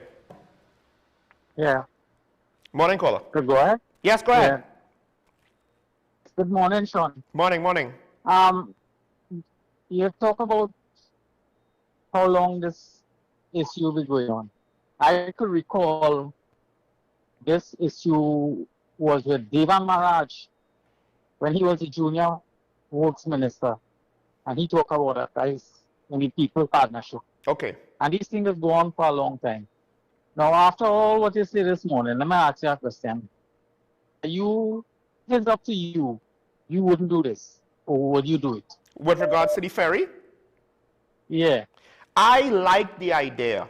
I just don't know if we have the financial means, because it's going to take some significant capital investment, depending. And if it doesn't start off strong enough, the public might not respond. If it's up to you as it is, forget about all that. If it's up to you right now, would you agree with it or not? So I was trying to say, I want to do it, but I don't think I would choose to do it depending on finances. Based on what I perceive the financial situation to be, for that reason, I wouldn't choose to do it. But I would want to have made the effort. I just don't think I would choose to do it currently.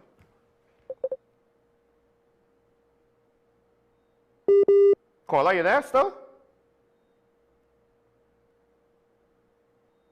Yeah. Yeah, because let's go to and from the islands. Yeah, so yeah. The issue with the coastline and bad weather and whatnot, both do travel.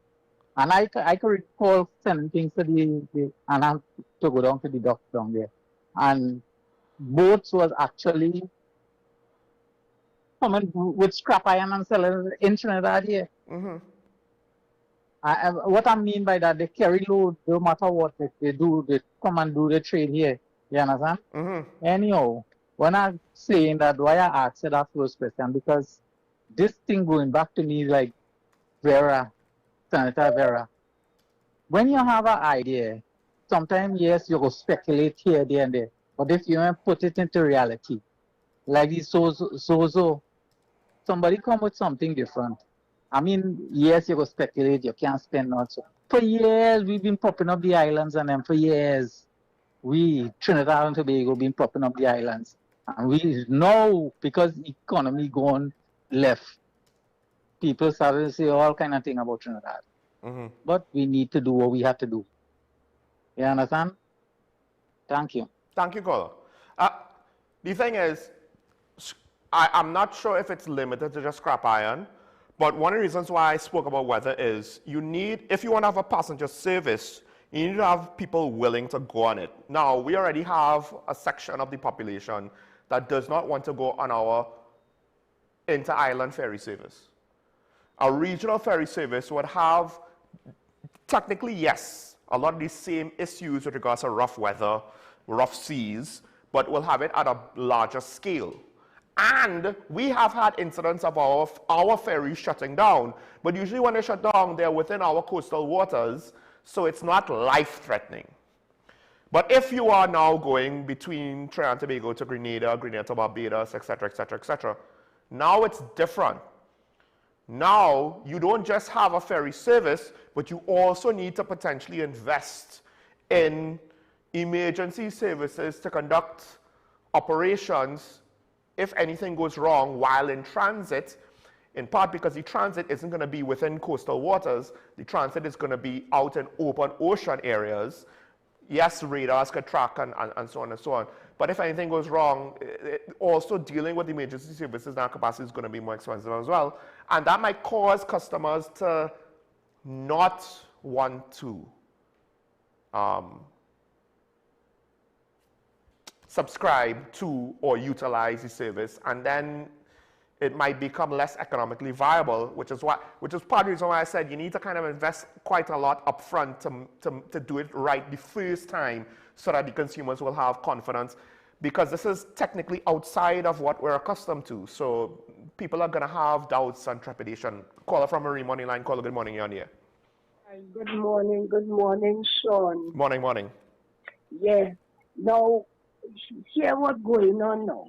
It's a good initiative. It's a good idea of the theory. But then you had to think of it that way. You know, you could go and visit your little family, because if they say this theory will be going, you know, like Grenada, St. Lucia, different parts. You know, it's nice to visit your family or whoever you have there now. But then you have to remember, and you have to study too.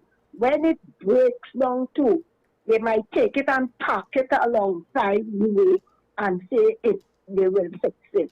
And then you will be waiting to realize, you know, they had to get this part fixed, they had to get that fixed, and the money isn't there. Look what's going on with the miler thing right now. It's an important thing for the children, a little educational thing for the children. They could learn a trade, they could do something with the miler program. Look what's going on. They just pack it up and say, you know, they have it on a standstill by the time. So we, the public, the citizens of this country, want to know how long it will take for them to bring it back. How long it will take. Because all the time, the children of them going out there and they're doing something. They're not on the street, they're not running up and down, they're not following the crowd. But now what you find going on now? What you find going on now with the children and them, and now when you want to bring in this theory, it's a good idea. I didn't say it's a bad idea, it's a good idea. But then the money only taken to do that. Take the money and fix back the miler program for the children. The children is more important, and the children are human beings. Do that for our children. We will love that initiative, what all we doing for the children. But the milers now, the boat will come, it will break down. Or you will take it and put it so and say it will fix, or you don't have the money for it. Fix the children more important. That is all I could say. We need the children on board for them to learn something, for them to get themselves involved in something. Not on the street. We have too much of children on the streets already. Every day you see more and more young people on the streets. We don't want that. We want the milers come back on track. Find the money and get it back. Before you could find the money for the theory, or you could do as well for the miler. That is the important one. Thank you. Thank you, caller. Well, to be fair, we don't know if our government is going to participate financially into this. They said Southern Caribbean, so we assume we will participate. So by that implies we will have to put up some financial consideration, you know, our fair share, right? And then that speaks to what you were touching on. Now, I want viewers to understand, it's not that MILAT is directly tied to this, right? It's not. It's our opportunity cost. And this is part of this will always be an issue for governments because there's never enough money. But the money you spend on this initiative can go somewhere else. So now the question is is the regional ferry service, you know, should that be prioritized over something like Milot, which, dare I say, it is easier to see where you will get the returns from Milot. A regional ferry service might take a lot of effort and far more expenditure than one social program. And more importantly, we have had issues with ferry maintenance before. Fingers crossed we don't have any more again, but let's just take the PTSC, for example. We can't seem to get that right. Now when you take multiple governments trying to oversee a joint venture, it gets a lot harder to run effectively and efficiently, right? It's not just about money. We have San Fernando, I think, on the line. Caller, good morning. You on here? Good morning, Sean. Morning. I see you disturbed my domestic kitchen duties this morning with this discussion that you were having here. I did? Because sometimes I listen to the program even though I'm not watching because you know, I have things to do. So I'm listening. Let me say this, Sean. I'm hearing you talking about this Southern Caribbean regional ferry service. Southern and Eastern. And then you made a comment about proof of concept. So I want to start there with you. Mm-hmm. This concept has already been proven, right? Let me educate you and your listening audience or your viewing audience. There was a company called Windward Lines, run by Captain Thor Steinston, who ran a ferry service operating from Port of Spain. It left on Trinidad on a Tuesday and came on a Thursday and came back on a Tuesday. Let me tell you the route. It went, and it was a passenger and cargo ferry. Mm-hmm. So they took passengers and cargo. They had cabins available for who wanted cabins, and then they had general seating. It left on a Thursday, Port of Spain to Kingston, St. Vincent. Okay. St. Vincent to St. Lucia, St. Lucia to Barbados, Barbados to St. Lucia, St. Lucia to St. Vincent again, and then St. Vincent to Port of Spain, back on a Tuesday. Right. That free service ran for 10 years. 10 years that service ran for. The route is profitable. Captain Thor had a couple investors, a couple people from Trinidad, a couple people from St. Vincent who were investors with him. The service stopped because he went to get a ferry, the service, and there were issues when he went to Norway to get a ferry, and some people weren't honest, that type of thing. So that killed him off because he put a lot of eggs in that other basket. But let me say this. This service is not only needed, it is possible. Right now in Trinidad and Tobago, or in Trinidad, on the Queen's Wharf, if you go on Queen's Wharf on a Tuesday, you see boats coming in, and they load Wednesday to leave Thursday. They have similar boats that can carry passengers and cargo. They don't carry passengers from Trinidad because of insurance issues and that type of thing. It costs more. Within the Grenadine Islands, there's a ferry service from St. Vincent going to all the Grenadine Islands. They have about 4 different ferries. But wouldn't that passenger and cargo? Wouldn't that count as smaller scale domestic compared to regional? With regards to that, it is almost the same thing because you're looking at size of ferries. You're looking at what I'm trying to get at is this is not as hard as you're making it out to be. It is not as hard as you're making it out to be. This service is possible. This service has been proven already. And let me say this: there are ferry services between, as I said, St. Vincent and all the Grenadine Islands, Grenada and Petit Martinique and Carriacou. There are ferry services between St. Lucia and Guadeloupe and Martinique. Mm-hmm. There are ferry services from Antigua to Montserrat. So this is not something that the heads think is something that they have to try and prove. This is possible. This is because it has been done, and it has been done successfully. And I look forward to this starting up. It is. You talk about maintenance. Those things are. Don't judge what you're looking at, Sean. If I may be so forward to say that you are looking at how Trinidad and Tobago ferry service is run and trying to relate that to another service. Just Let me say this: Trinidad and Tobago ferry service has been run piss poor. Piss poor.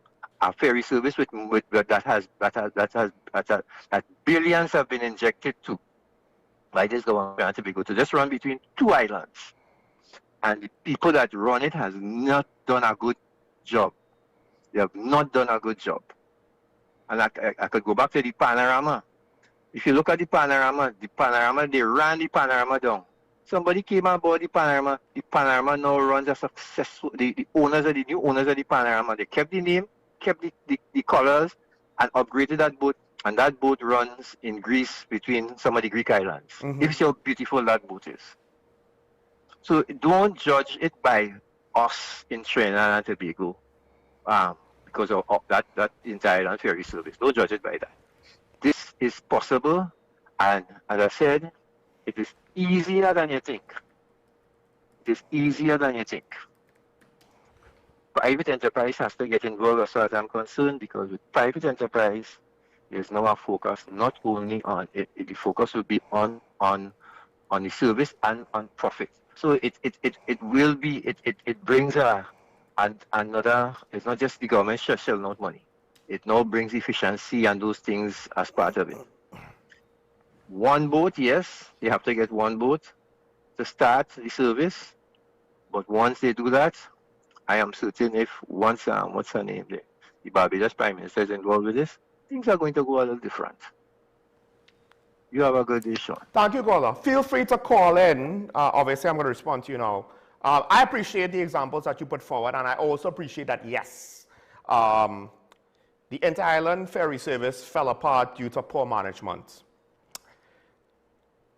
One instance or some of the decisions that led to bad results based on the experience of people who utilized the ferry at the time can be attributed to the People's Partnership government.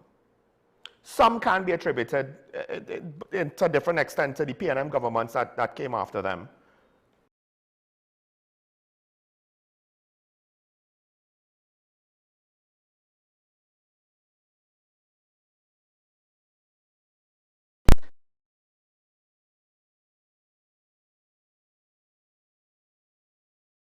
Off the rails.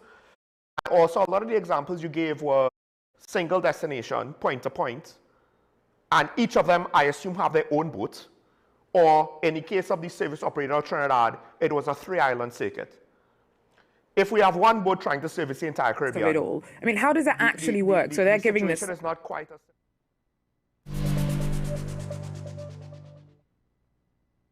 Get ready for the biggest business-to-business event of the year, the Trade and Investment Convention, TIC, happening July 9th to 11th at the Center of Excellence, Mokoya. Doors open 10 a.m. to 6 p.m. on business days, July 9th and 10th, and 10 a.m. to 7 p.m. on Consumer Day, Saturday, July 11th. A business dress code is in effect on business days. Park and ride services will be available from Constantine Park and the UETGR North Car Park on all 3 days, with additional service from NAM DevCo on July 9th and 11th. Register online at www.ttma.com/tick and attend free. The deadline for free registration is Wednesday, July 8th. After that, admission is $50 at the door. The Trade and Investment Convention is proudly sponsored by the Ministry of Trade, Investment and Tourism, Exim Bank, Ballroops Group, and Robust Security Network Limited. Don't miss Trinidad and Tobago's premier business networking and investment event. We look forward to seeing you at TIC.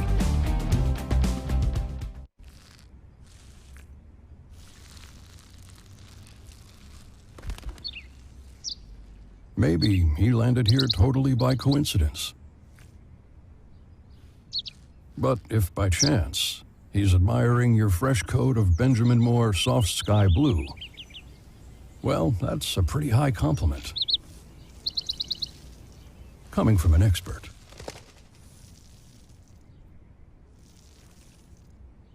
Hi, I am Emiliana Beechan, and I am a mental health and conflict resolution consultant. Welcome to Mind Matters, the show where we explore the intricate world of mental health and the art of conflict resolution.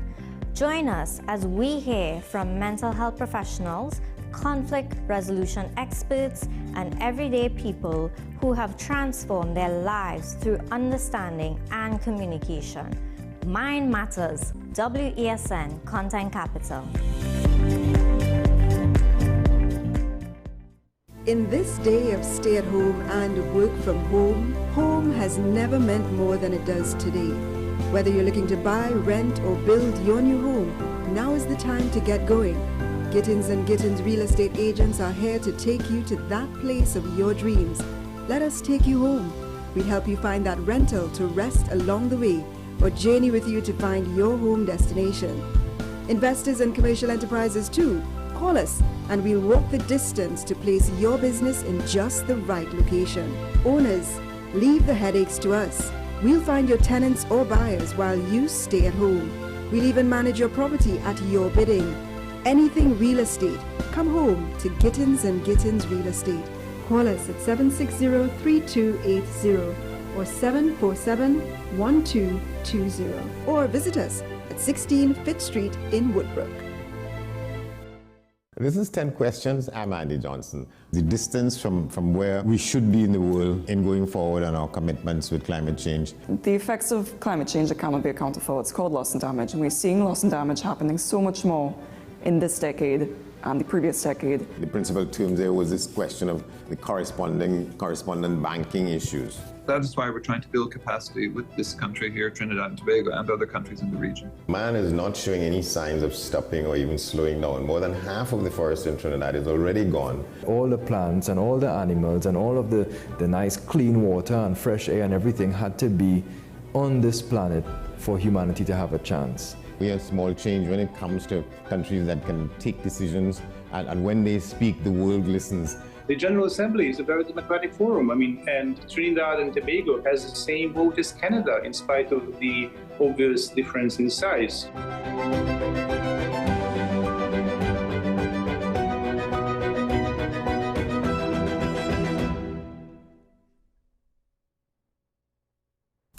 Our award-winning show is back, and this season promises to be even more exciting than before. What's Up, Doc isn't just a title, it's a call to action for anyone who wants to improve their health and well-being. Join us on this thrilling ride towards better health on WESN Content Capital.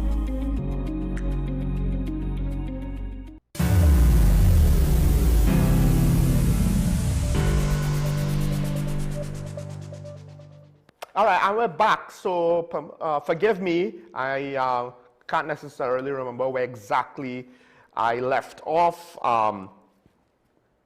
We have Clarkson on the line, so we'll take the call, and then I understand you, Mr. Sanfando. I'm not fully convinced. I'll state why. If we have time, you can call in to rebut me, as I said earlier, but we'll take Clarkson Bay first. Caller, morning. Morning. Morning. Yeah. Yeah, Sean, morning. You know, one of the things I hear you talk about, Sean, is this, the state how things are closing down in this country. You know, we have big factories, we have big plants, we have so many, and small, we have all those, so many businesses just kind of closing down. But one of the things that I really hear you talk about is that we don't know if this government had speak to the IMF. And if they are telling her, in order to get money borrowed, these are the things that you would have to do. Because so many people is going out of jobs today. So as we speak, people are in jobs closing down. And the thing is that we're not hearing the Prime Minister coming to speak to the population or so that the media could ask her questions, but they're not seeing that. But things are just happening. And it makes me wonder, where are we going? What is really happening? You understand? You as a minister supposed to be speaking to the population and letting the people know what is going on. Because the last government that we had, nothing happened that we wanted to know. Everybody wanted to know what was happening. Today we have a prime minister, we not even seen her. You understand? She's not talking to the population. Sean, I want to know. That's it, caller? Thank you. Okay, thanks. Here's the thing. I will agree with you in that the last government communicated more. I won't say that the last government communicated perfectly. There were issues, right? But they did communicate more. So when we had questions, they usually, or at least more than this current regime, there were avenues for the media to ask questions. There were things that we did want the answers to. And sometimes we got the information, whether it is through the media or sometimes we got good information from the Joint Select Committees, to be honest. That was a good tool for transparency. We need to see more of it. It's not, again, it's also not perfect. But I wouldn't say the previous administration things were good. They were better than compared to now. But there were instances where we had questions, right? Now, with regards to the current administration, yes, because I think their opinion on leadership and my opinion on leadership is two different things. Their opinion on their responsibilities and my opinion on their responsibilities are two different things.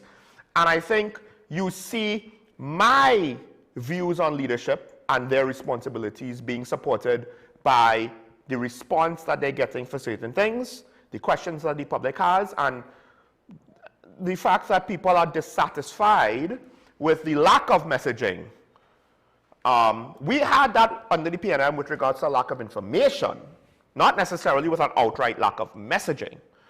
But with this government, it's a combination of, yes, lack of information, similar to, but also at times a lack of any kind of engagement whatsoever.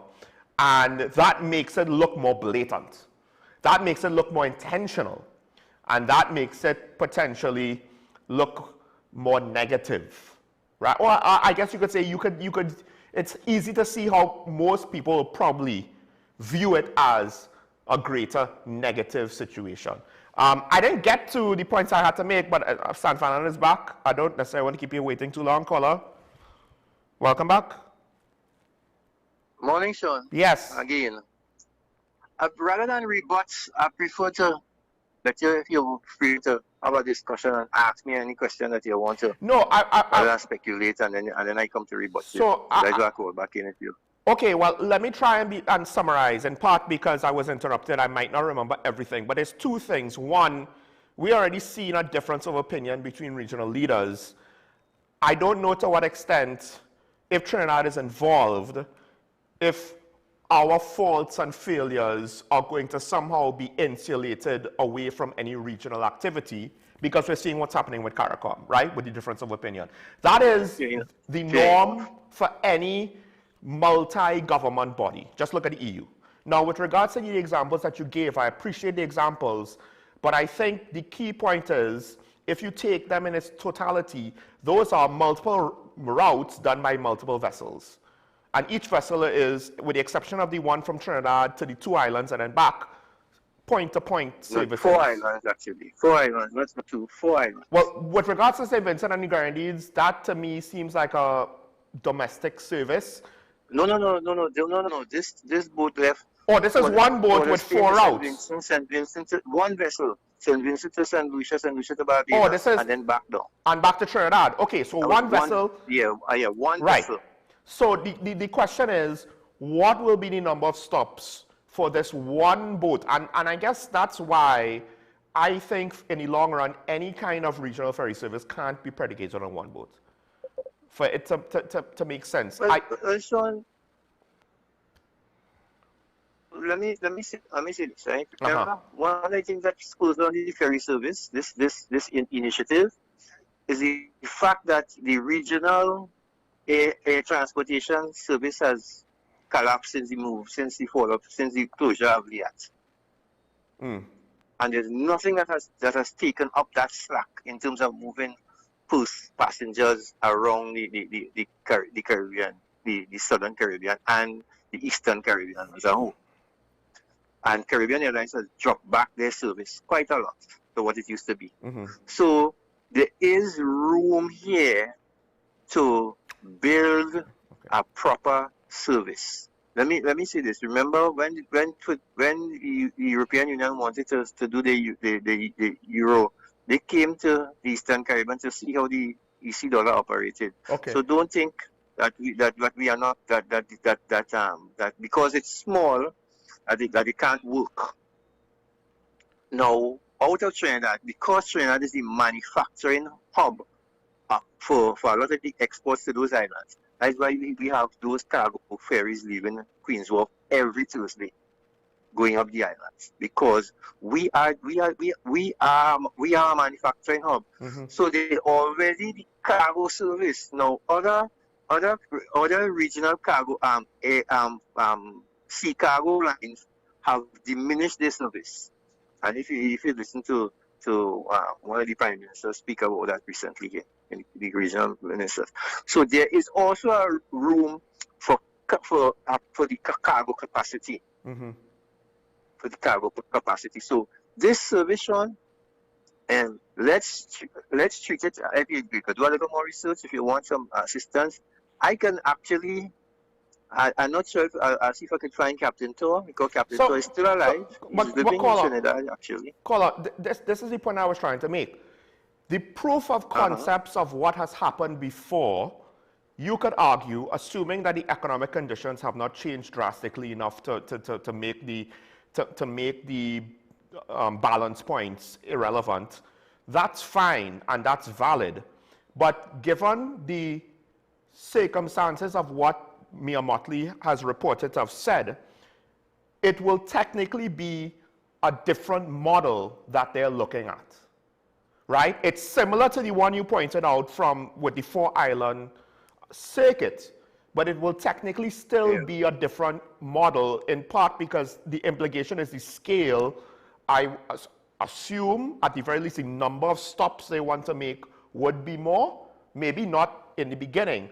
And that's where I say that, and maybe why they're saying they're going to try to do a proof of concept. Because yes, they know that there's historical data that it works in these models with these circumstances, but I think they're going to be going outside of that realm. And look, I hate to say this, but it's one of those things where I think it's still going to be an uphill battle. But like you, I actually wish it could happen, because unlike air travel, there are numerous niche aspects of this that you could potentially explore and maybe even implement at the same time, especially if you're able to have more than one boat. And yes, more than one boat eventually. But now, if you want an example of proof of concept, John, I don't know how familiar you are with the Greek islands and how they have how many ferry services, how many lines that they have operating within the Greek islands, and how beautiful when you go to any one of those islands and you look at the movement of those ferries. I have studied it, been there, and it is something that is truly amazing. If they need to send some people up to Greece and see how between almost 600 islands or a ferry service with passengers and cargo, and multiple. You have it in the UK as well. So this is not something that is new. This is not something that is difficult. This is something that can work and should work once the right decisions are made. And thanks for allowing me to come back on the program. So yeah. have a good day. Again, I don't doubt you on that, But I do think that the Greek islands, it could be an example of scale with regards to number of boats and the sheer number of destinations, ports, the market, but the market being fractured. One of the tricks is we don't have a set of islands clustered like this. We have a set of islands strung out in a line for the most part, and potentially in a line that is greater than the operational space by which the Greek islands have to operate, right?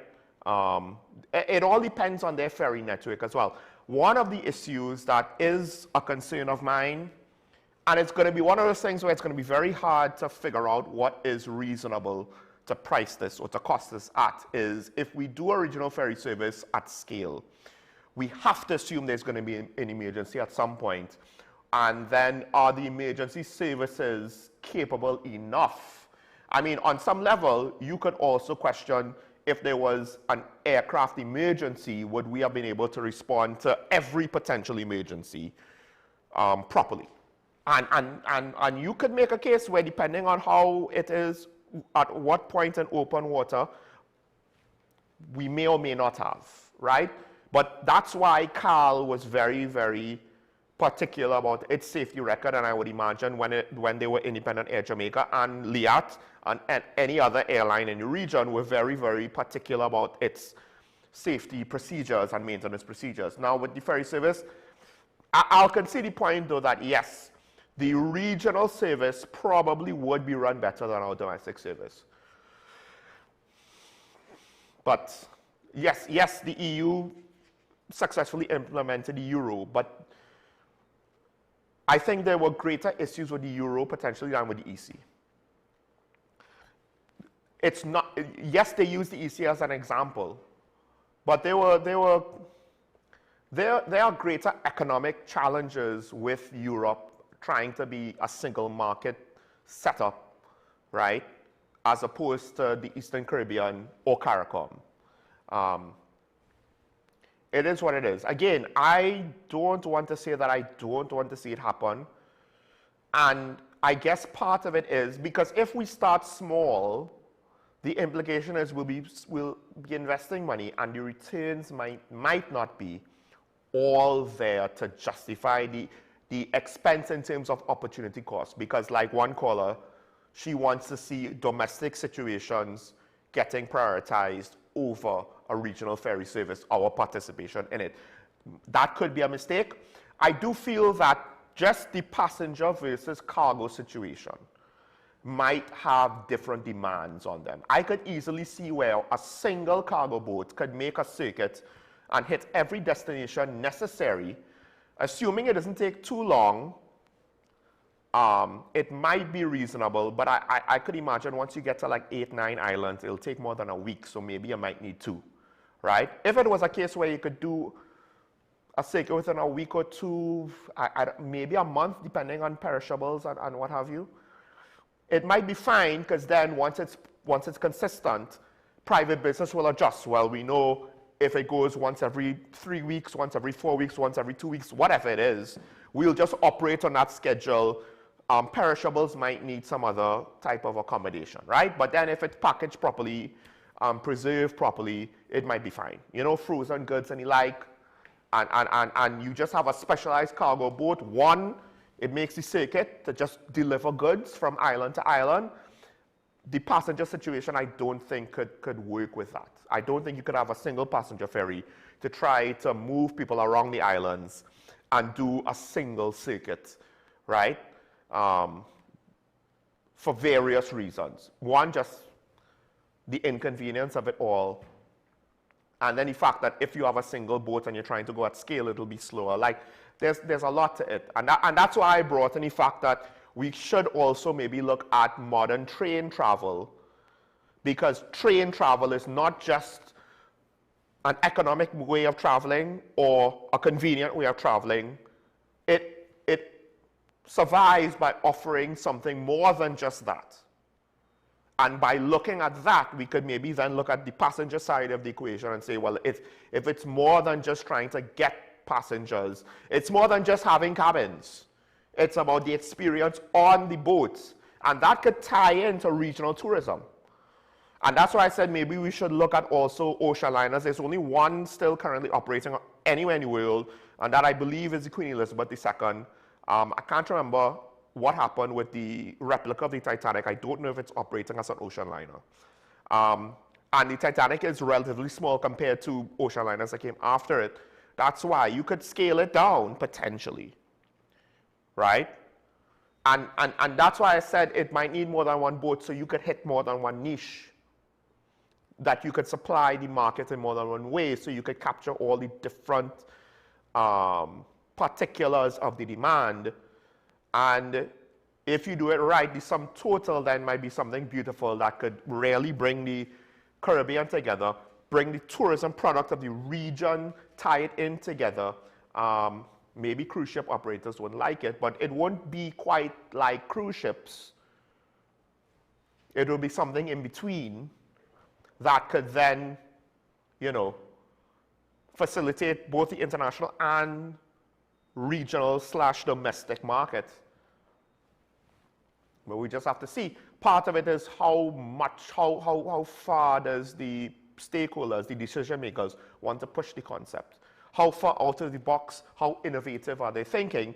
And this is the real bugbear, coming back down to what is the initial capital they're willing to spend, right? And this is why I said, I think, because the implication of what was reported is that they'll buy the boat, then find an operator, or they'll find an operator while they're getting the boat. But I would argue that they should be looking at the operators first, and then maybe looking to see, all right, not just with regards to what is the first boat that's going to be bought, but then what is the vision, long term? What is the avenues that we anticipate that we would want this thing to grow, right? What is the plan in order to explore growth sustainably? And will your operator be able to scale with you? Or will you have plans in place for the service, maybe to have multiple operators in order to ensure that it could scale efficiently? And then you buy, once you kind of hash it out, then you take the next step of buying the first boat and then start to, again, explore now the practicalities, because part of it is not just, well, you could have a service, you also have to kind of prove with regards to whatever factors you're going to, whatever circumstances you are going to have specific to your operations, if it could work in 2026 with the current state of the regional economies and the current consumer demands. Because unfortunately, sometimes there are goods that are offered or services offered to meet demand, but because of public perception, the public doesn't partake in them, even when there is no viable alternative. And I fear ferry travel might be one of those things, because too many of us in the Caribbean are not used to it. So part of it is you're going to need to plan your ferry service with the goal of breaking through. Not that you're trying to compete in a congested market, but rather you are technically, yes, there's a need for transportation, but that doesn't mean that the market is automatically going to translate to the consumers are going to rush at it. Maybe the consumers will flock at it. Maybe they will. I don't know if it's a given, or at least if you want to then scale it, because by scaling it, it makes, you can potentially be more efficient and effective than just doing it in small scale, if you'll get enough consumer buy-in to make that happen. So, I mean, at some point, we're arguing theoreticals. So, but I appreciate the examples, and at least it does prove that the operating costs of the boat is much less of a factor than maybe I feared. So that I will have to concede the point on. We're over time, so we'll end things there. Again, we could maybe continue the discussion at a later time. Thanks for the engagement. Thanks to all of the callers.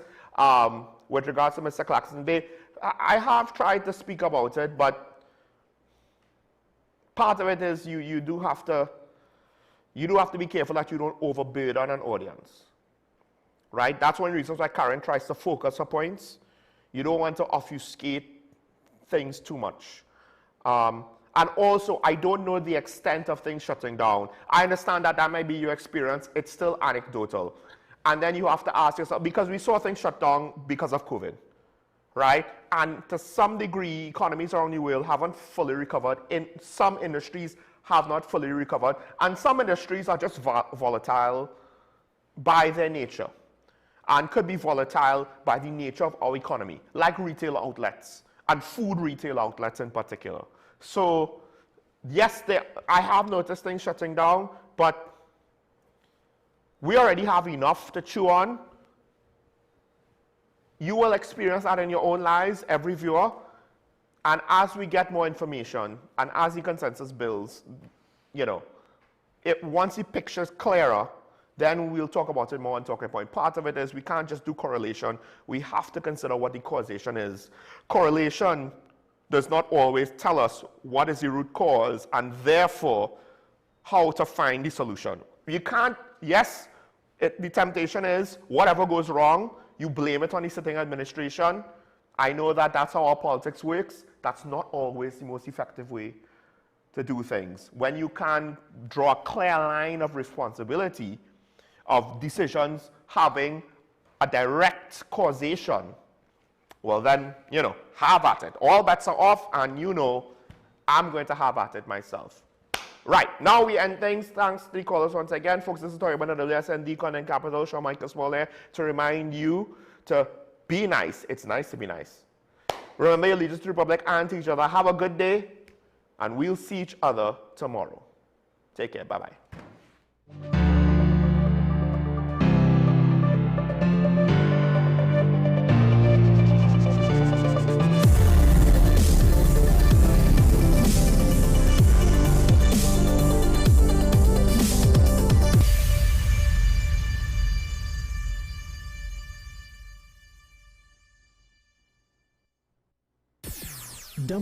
WESN.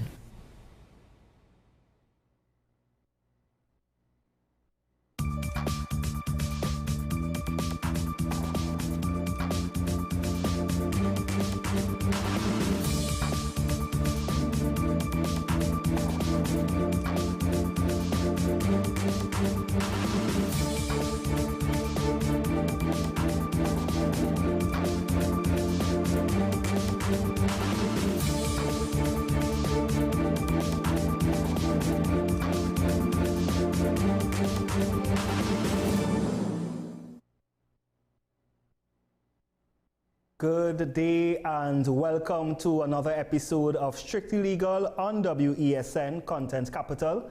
I am your host, Rhonda Donowa, attorney at law, and you can find us on wesncc.com and all social media platforms. Now, today is a very good topic. We are talking about bail. Are bail laws enough to solve crime? Now, we would have seen a lot of time, or actually in recent time, there has been much talk about amending the Bail Act to deny bail for particular offences as a result of a rise in crime from the government and members of the public. Now, I'll just go through a little history. On the 7th of May 2019, the Attorney General and Minister of Legal Affairs, the Honorable Faris Al-Rawi, introduced the Bail Amendment Act 2019, which sought to amend the Bail Act to deny bail for a period of 120 days to a person who is charged with a list of particular offences such as violent offences, sexual offences, robbery, possession of narcotics. Further, the highlight of the amendment also sought to deny bail for a period of 120 days to a person who is charged for possession of an illegal firearm, ammunition, and prohibited weapon, and that person has a pending charge for a possession of same. Now, the bill was passed in both Houses of Parliament on the 31st of July 2019 and assented by Her Excellency Paula May Weeks on the 5th of August 2019.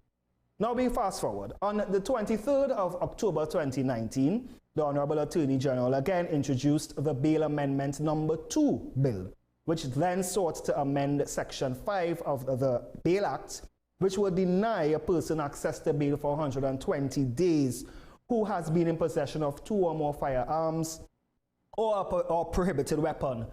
This new bill somehow was defeated in Parliament on the 15th of May 2020 due to a lack of opposition support. Now, the opposition argued that there are enough laws in place, and what is needed is more judges, reform of the prison system, as well as reform of the police service. In light of the latest surge in kidnapping and murder, the government is introducing or is considering reintroducing the Bail Amendment Act in an effort to push the agenda for denying of bail for particular offences.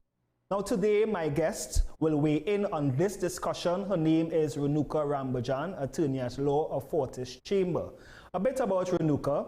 She has been practicing law for a period of 17 years, having first trained with the Honourable Mr. Justice Ronnie Budu Singh and Madam Justice Gillian Lucky, who are now both Court of Appeal judges. She joined the DPP office, that's the Director of Public Prosecution Office, in 2005 and prosecuted several cases over a period of 11 years. She also practiced in the Cayman Islands as Crown Counsel and returned to Trinidad, where she assumed the role of a manager of legal services at the Children's Authority. She then entered private practice as advocate counsel specializing in criminal and family law. She also tutors at the Hewarding Law School in trial advocacy, and she's part of the Moot team. She's very experienced, having been both prosecutor and now defense counsel. So I bring her on, Renuka Rambajan. Good morning. Good morning, Rondell. And how are you? I am doing fine. Thank you for having me. Thank you for joining us. And as I always tell my guests who are tutors, that their students are listening fervently. So just what I need, a little more pressure. Of course. So let's get into the discussion. As we would have discussed from the headlines, are more bail laws enough to solve crime? Now let's start from the inception. What is bail? Well, bail is the right to access the ability to come out of court with conditions attached so that you will attend court. The court is making sure that you are attending the court, that you are attending the hearing so that your matter would be dealt with, but you're not in a prison or in a cell waiting for your matter to be called. In other words, bail is the right for you to access your right to justice without being placed in a cell while you await the outcome of your matter. Now, what type of offences are bailable? Well, it's easier for me to say the types of offences that are not bailable. Yes. Murder, treason, and piracy. Those are the three offences you cannot get bail for. Everything else is bailable. However, a lot of times persons are denied bail. Now tell us, why are persons often denied bail? Well, as it stands right now, there are certain conditions the court will have to consider when an application for bail is made. One such consideration would be whether or not the person has previous convictions of a similar nature, whether or not they have convictions similar to the type of offense they have committed, or it's related to a particular type of offense. You would have spoken about firearm offenses. That would be one where bail is denied very quickly. Your antecedents, your character, whether or not you have ties to the country where you are at, your family ties, social ties, all of these things are considered. If it is the court is of the view that they are not sure you're going to attend court, then bail would be denied. So we have to understand that bail is not punitive. You are not being punished because you are charged. A person is innocent until proven guilty. Yes. So if I get charged for an offense, I would want to go before the court and say, I am innocent until proven guilty, and I would like an opportunity to stay in my home and attend court, and therefore I would want to access bail. Now, the first point of charge, or actually first point of the court, is the summary court. That's actually the magistrate's court. Correct. Where you are a convict, not a convict rather, but someone who's charged. Correct. Will go before the magistrate's court. Once that person is denied bail in the magistrate's court, can they apply for bail in the High Court? Absolutely. There is a right. Once it is a magistrate denies you bail, a magistrate is supposed to tell you you have the right to apply to a judge in chambers. So you then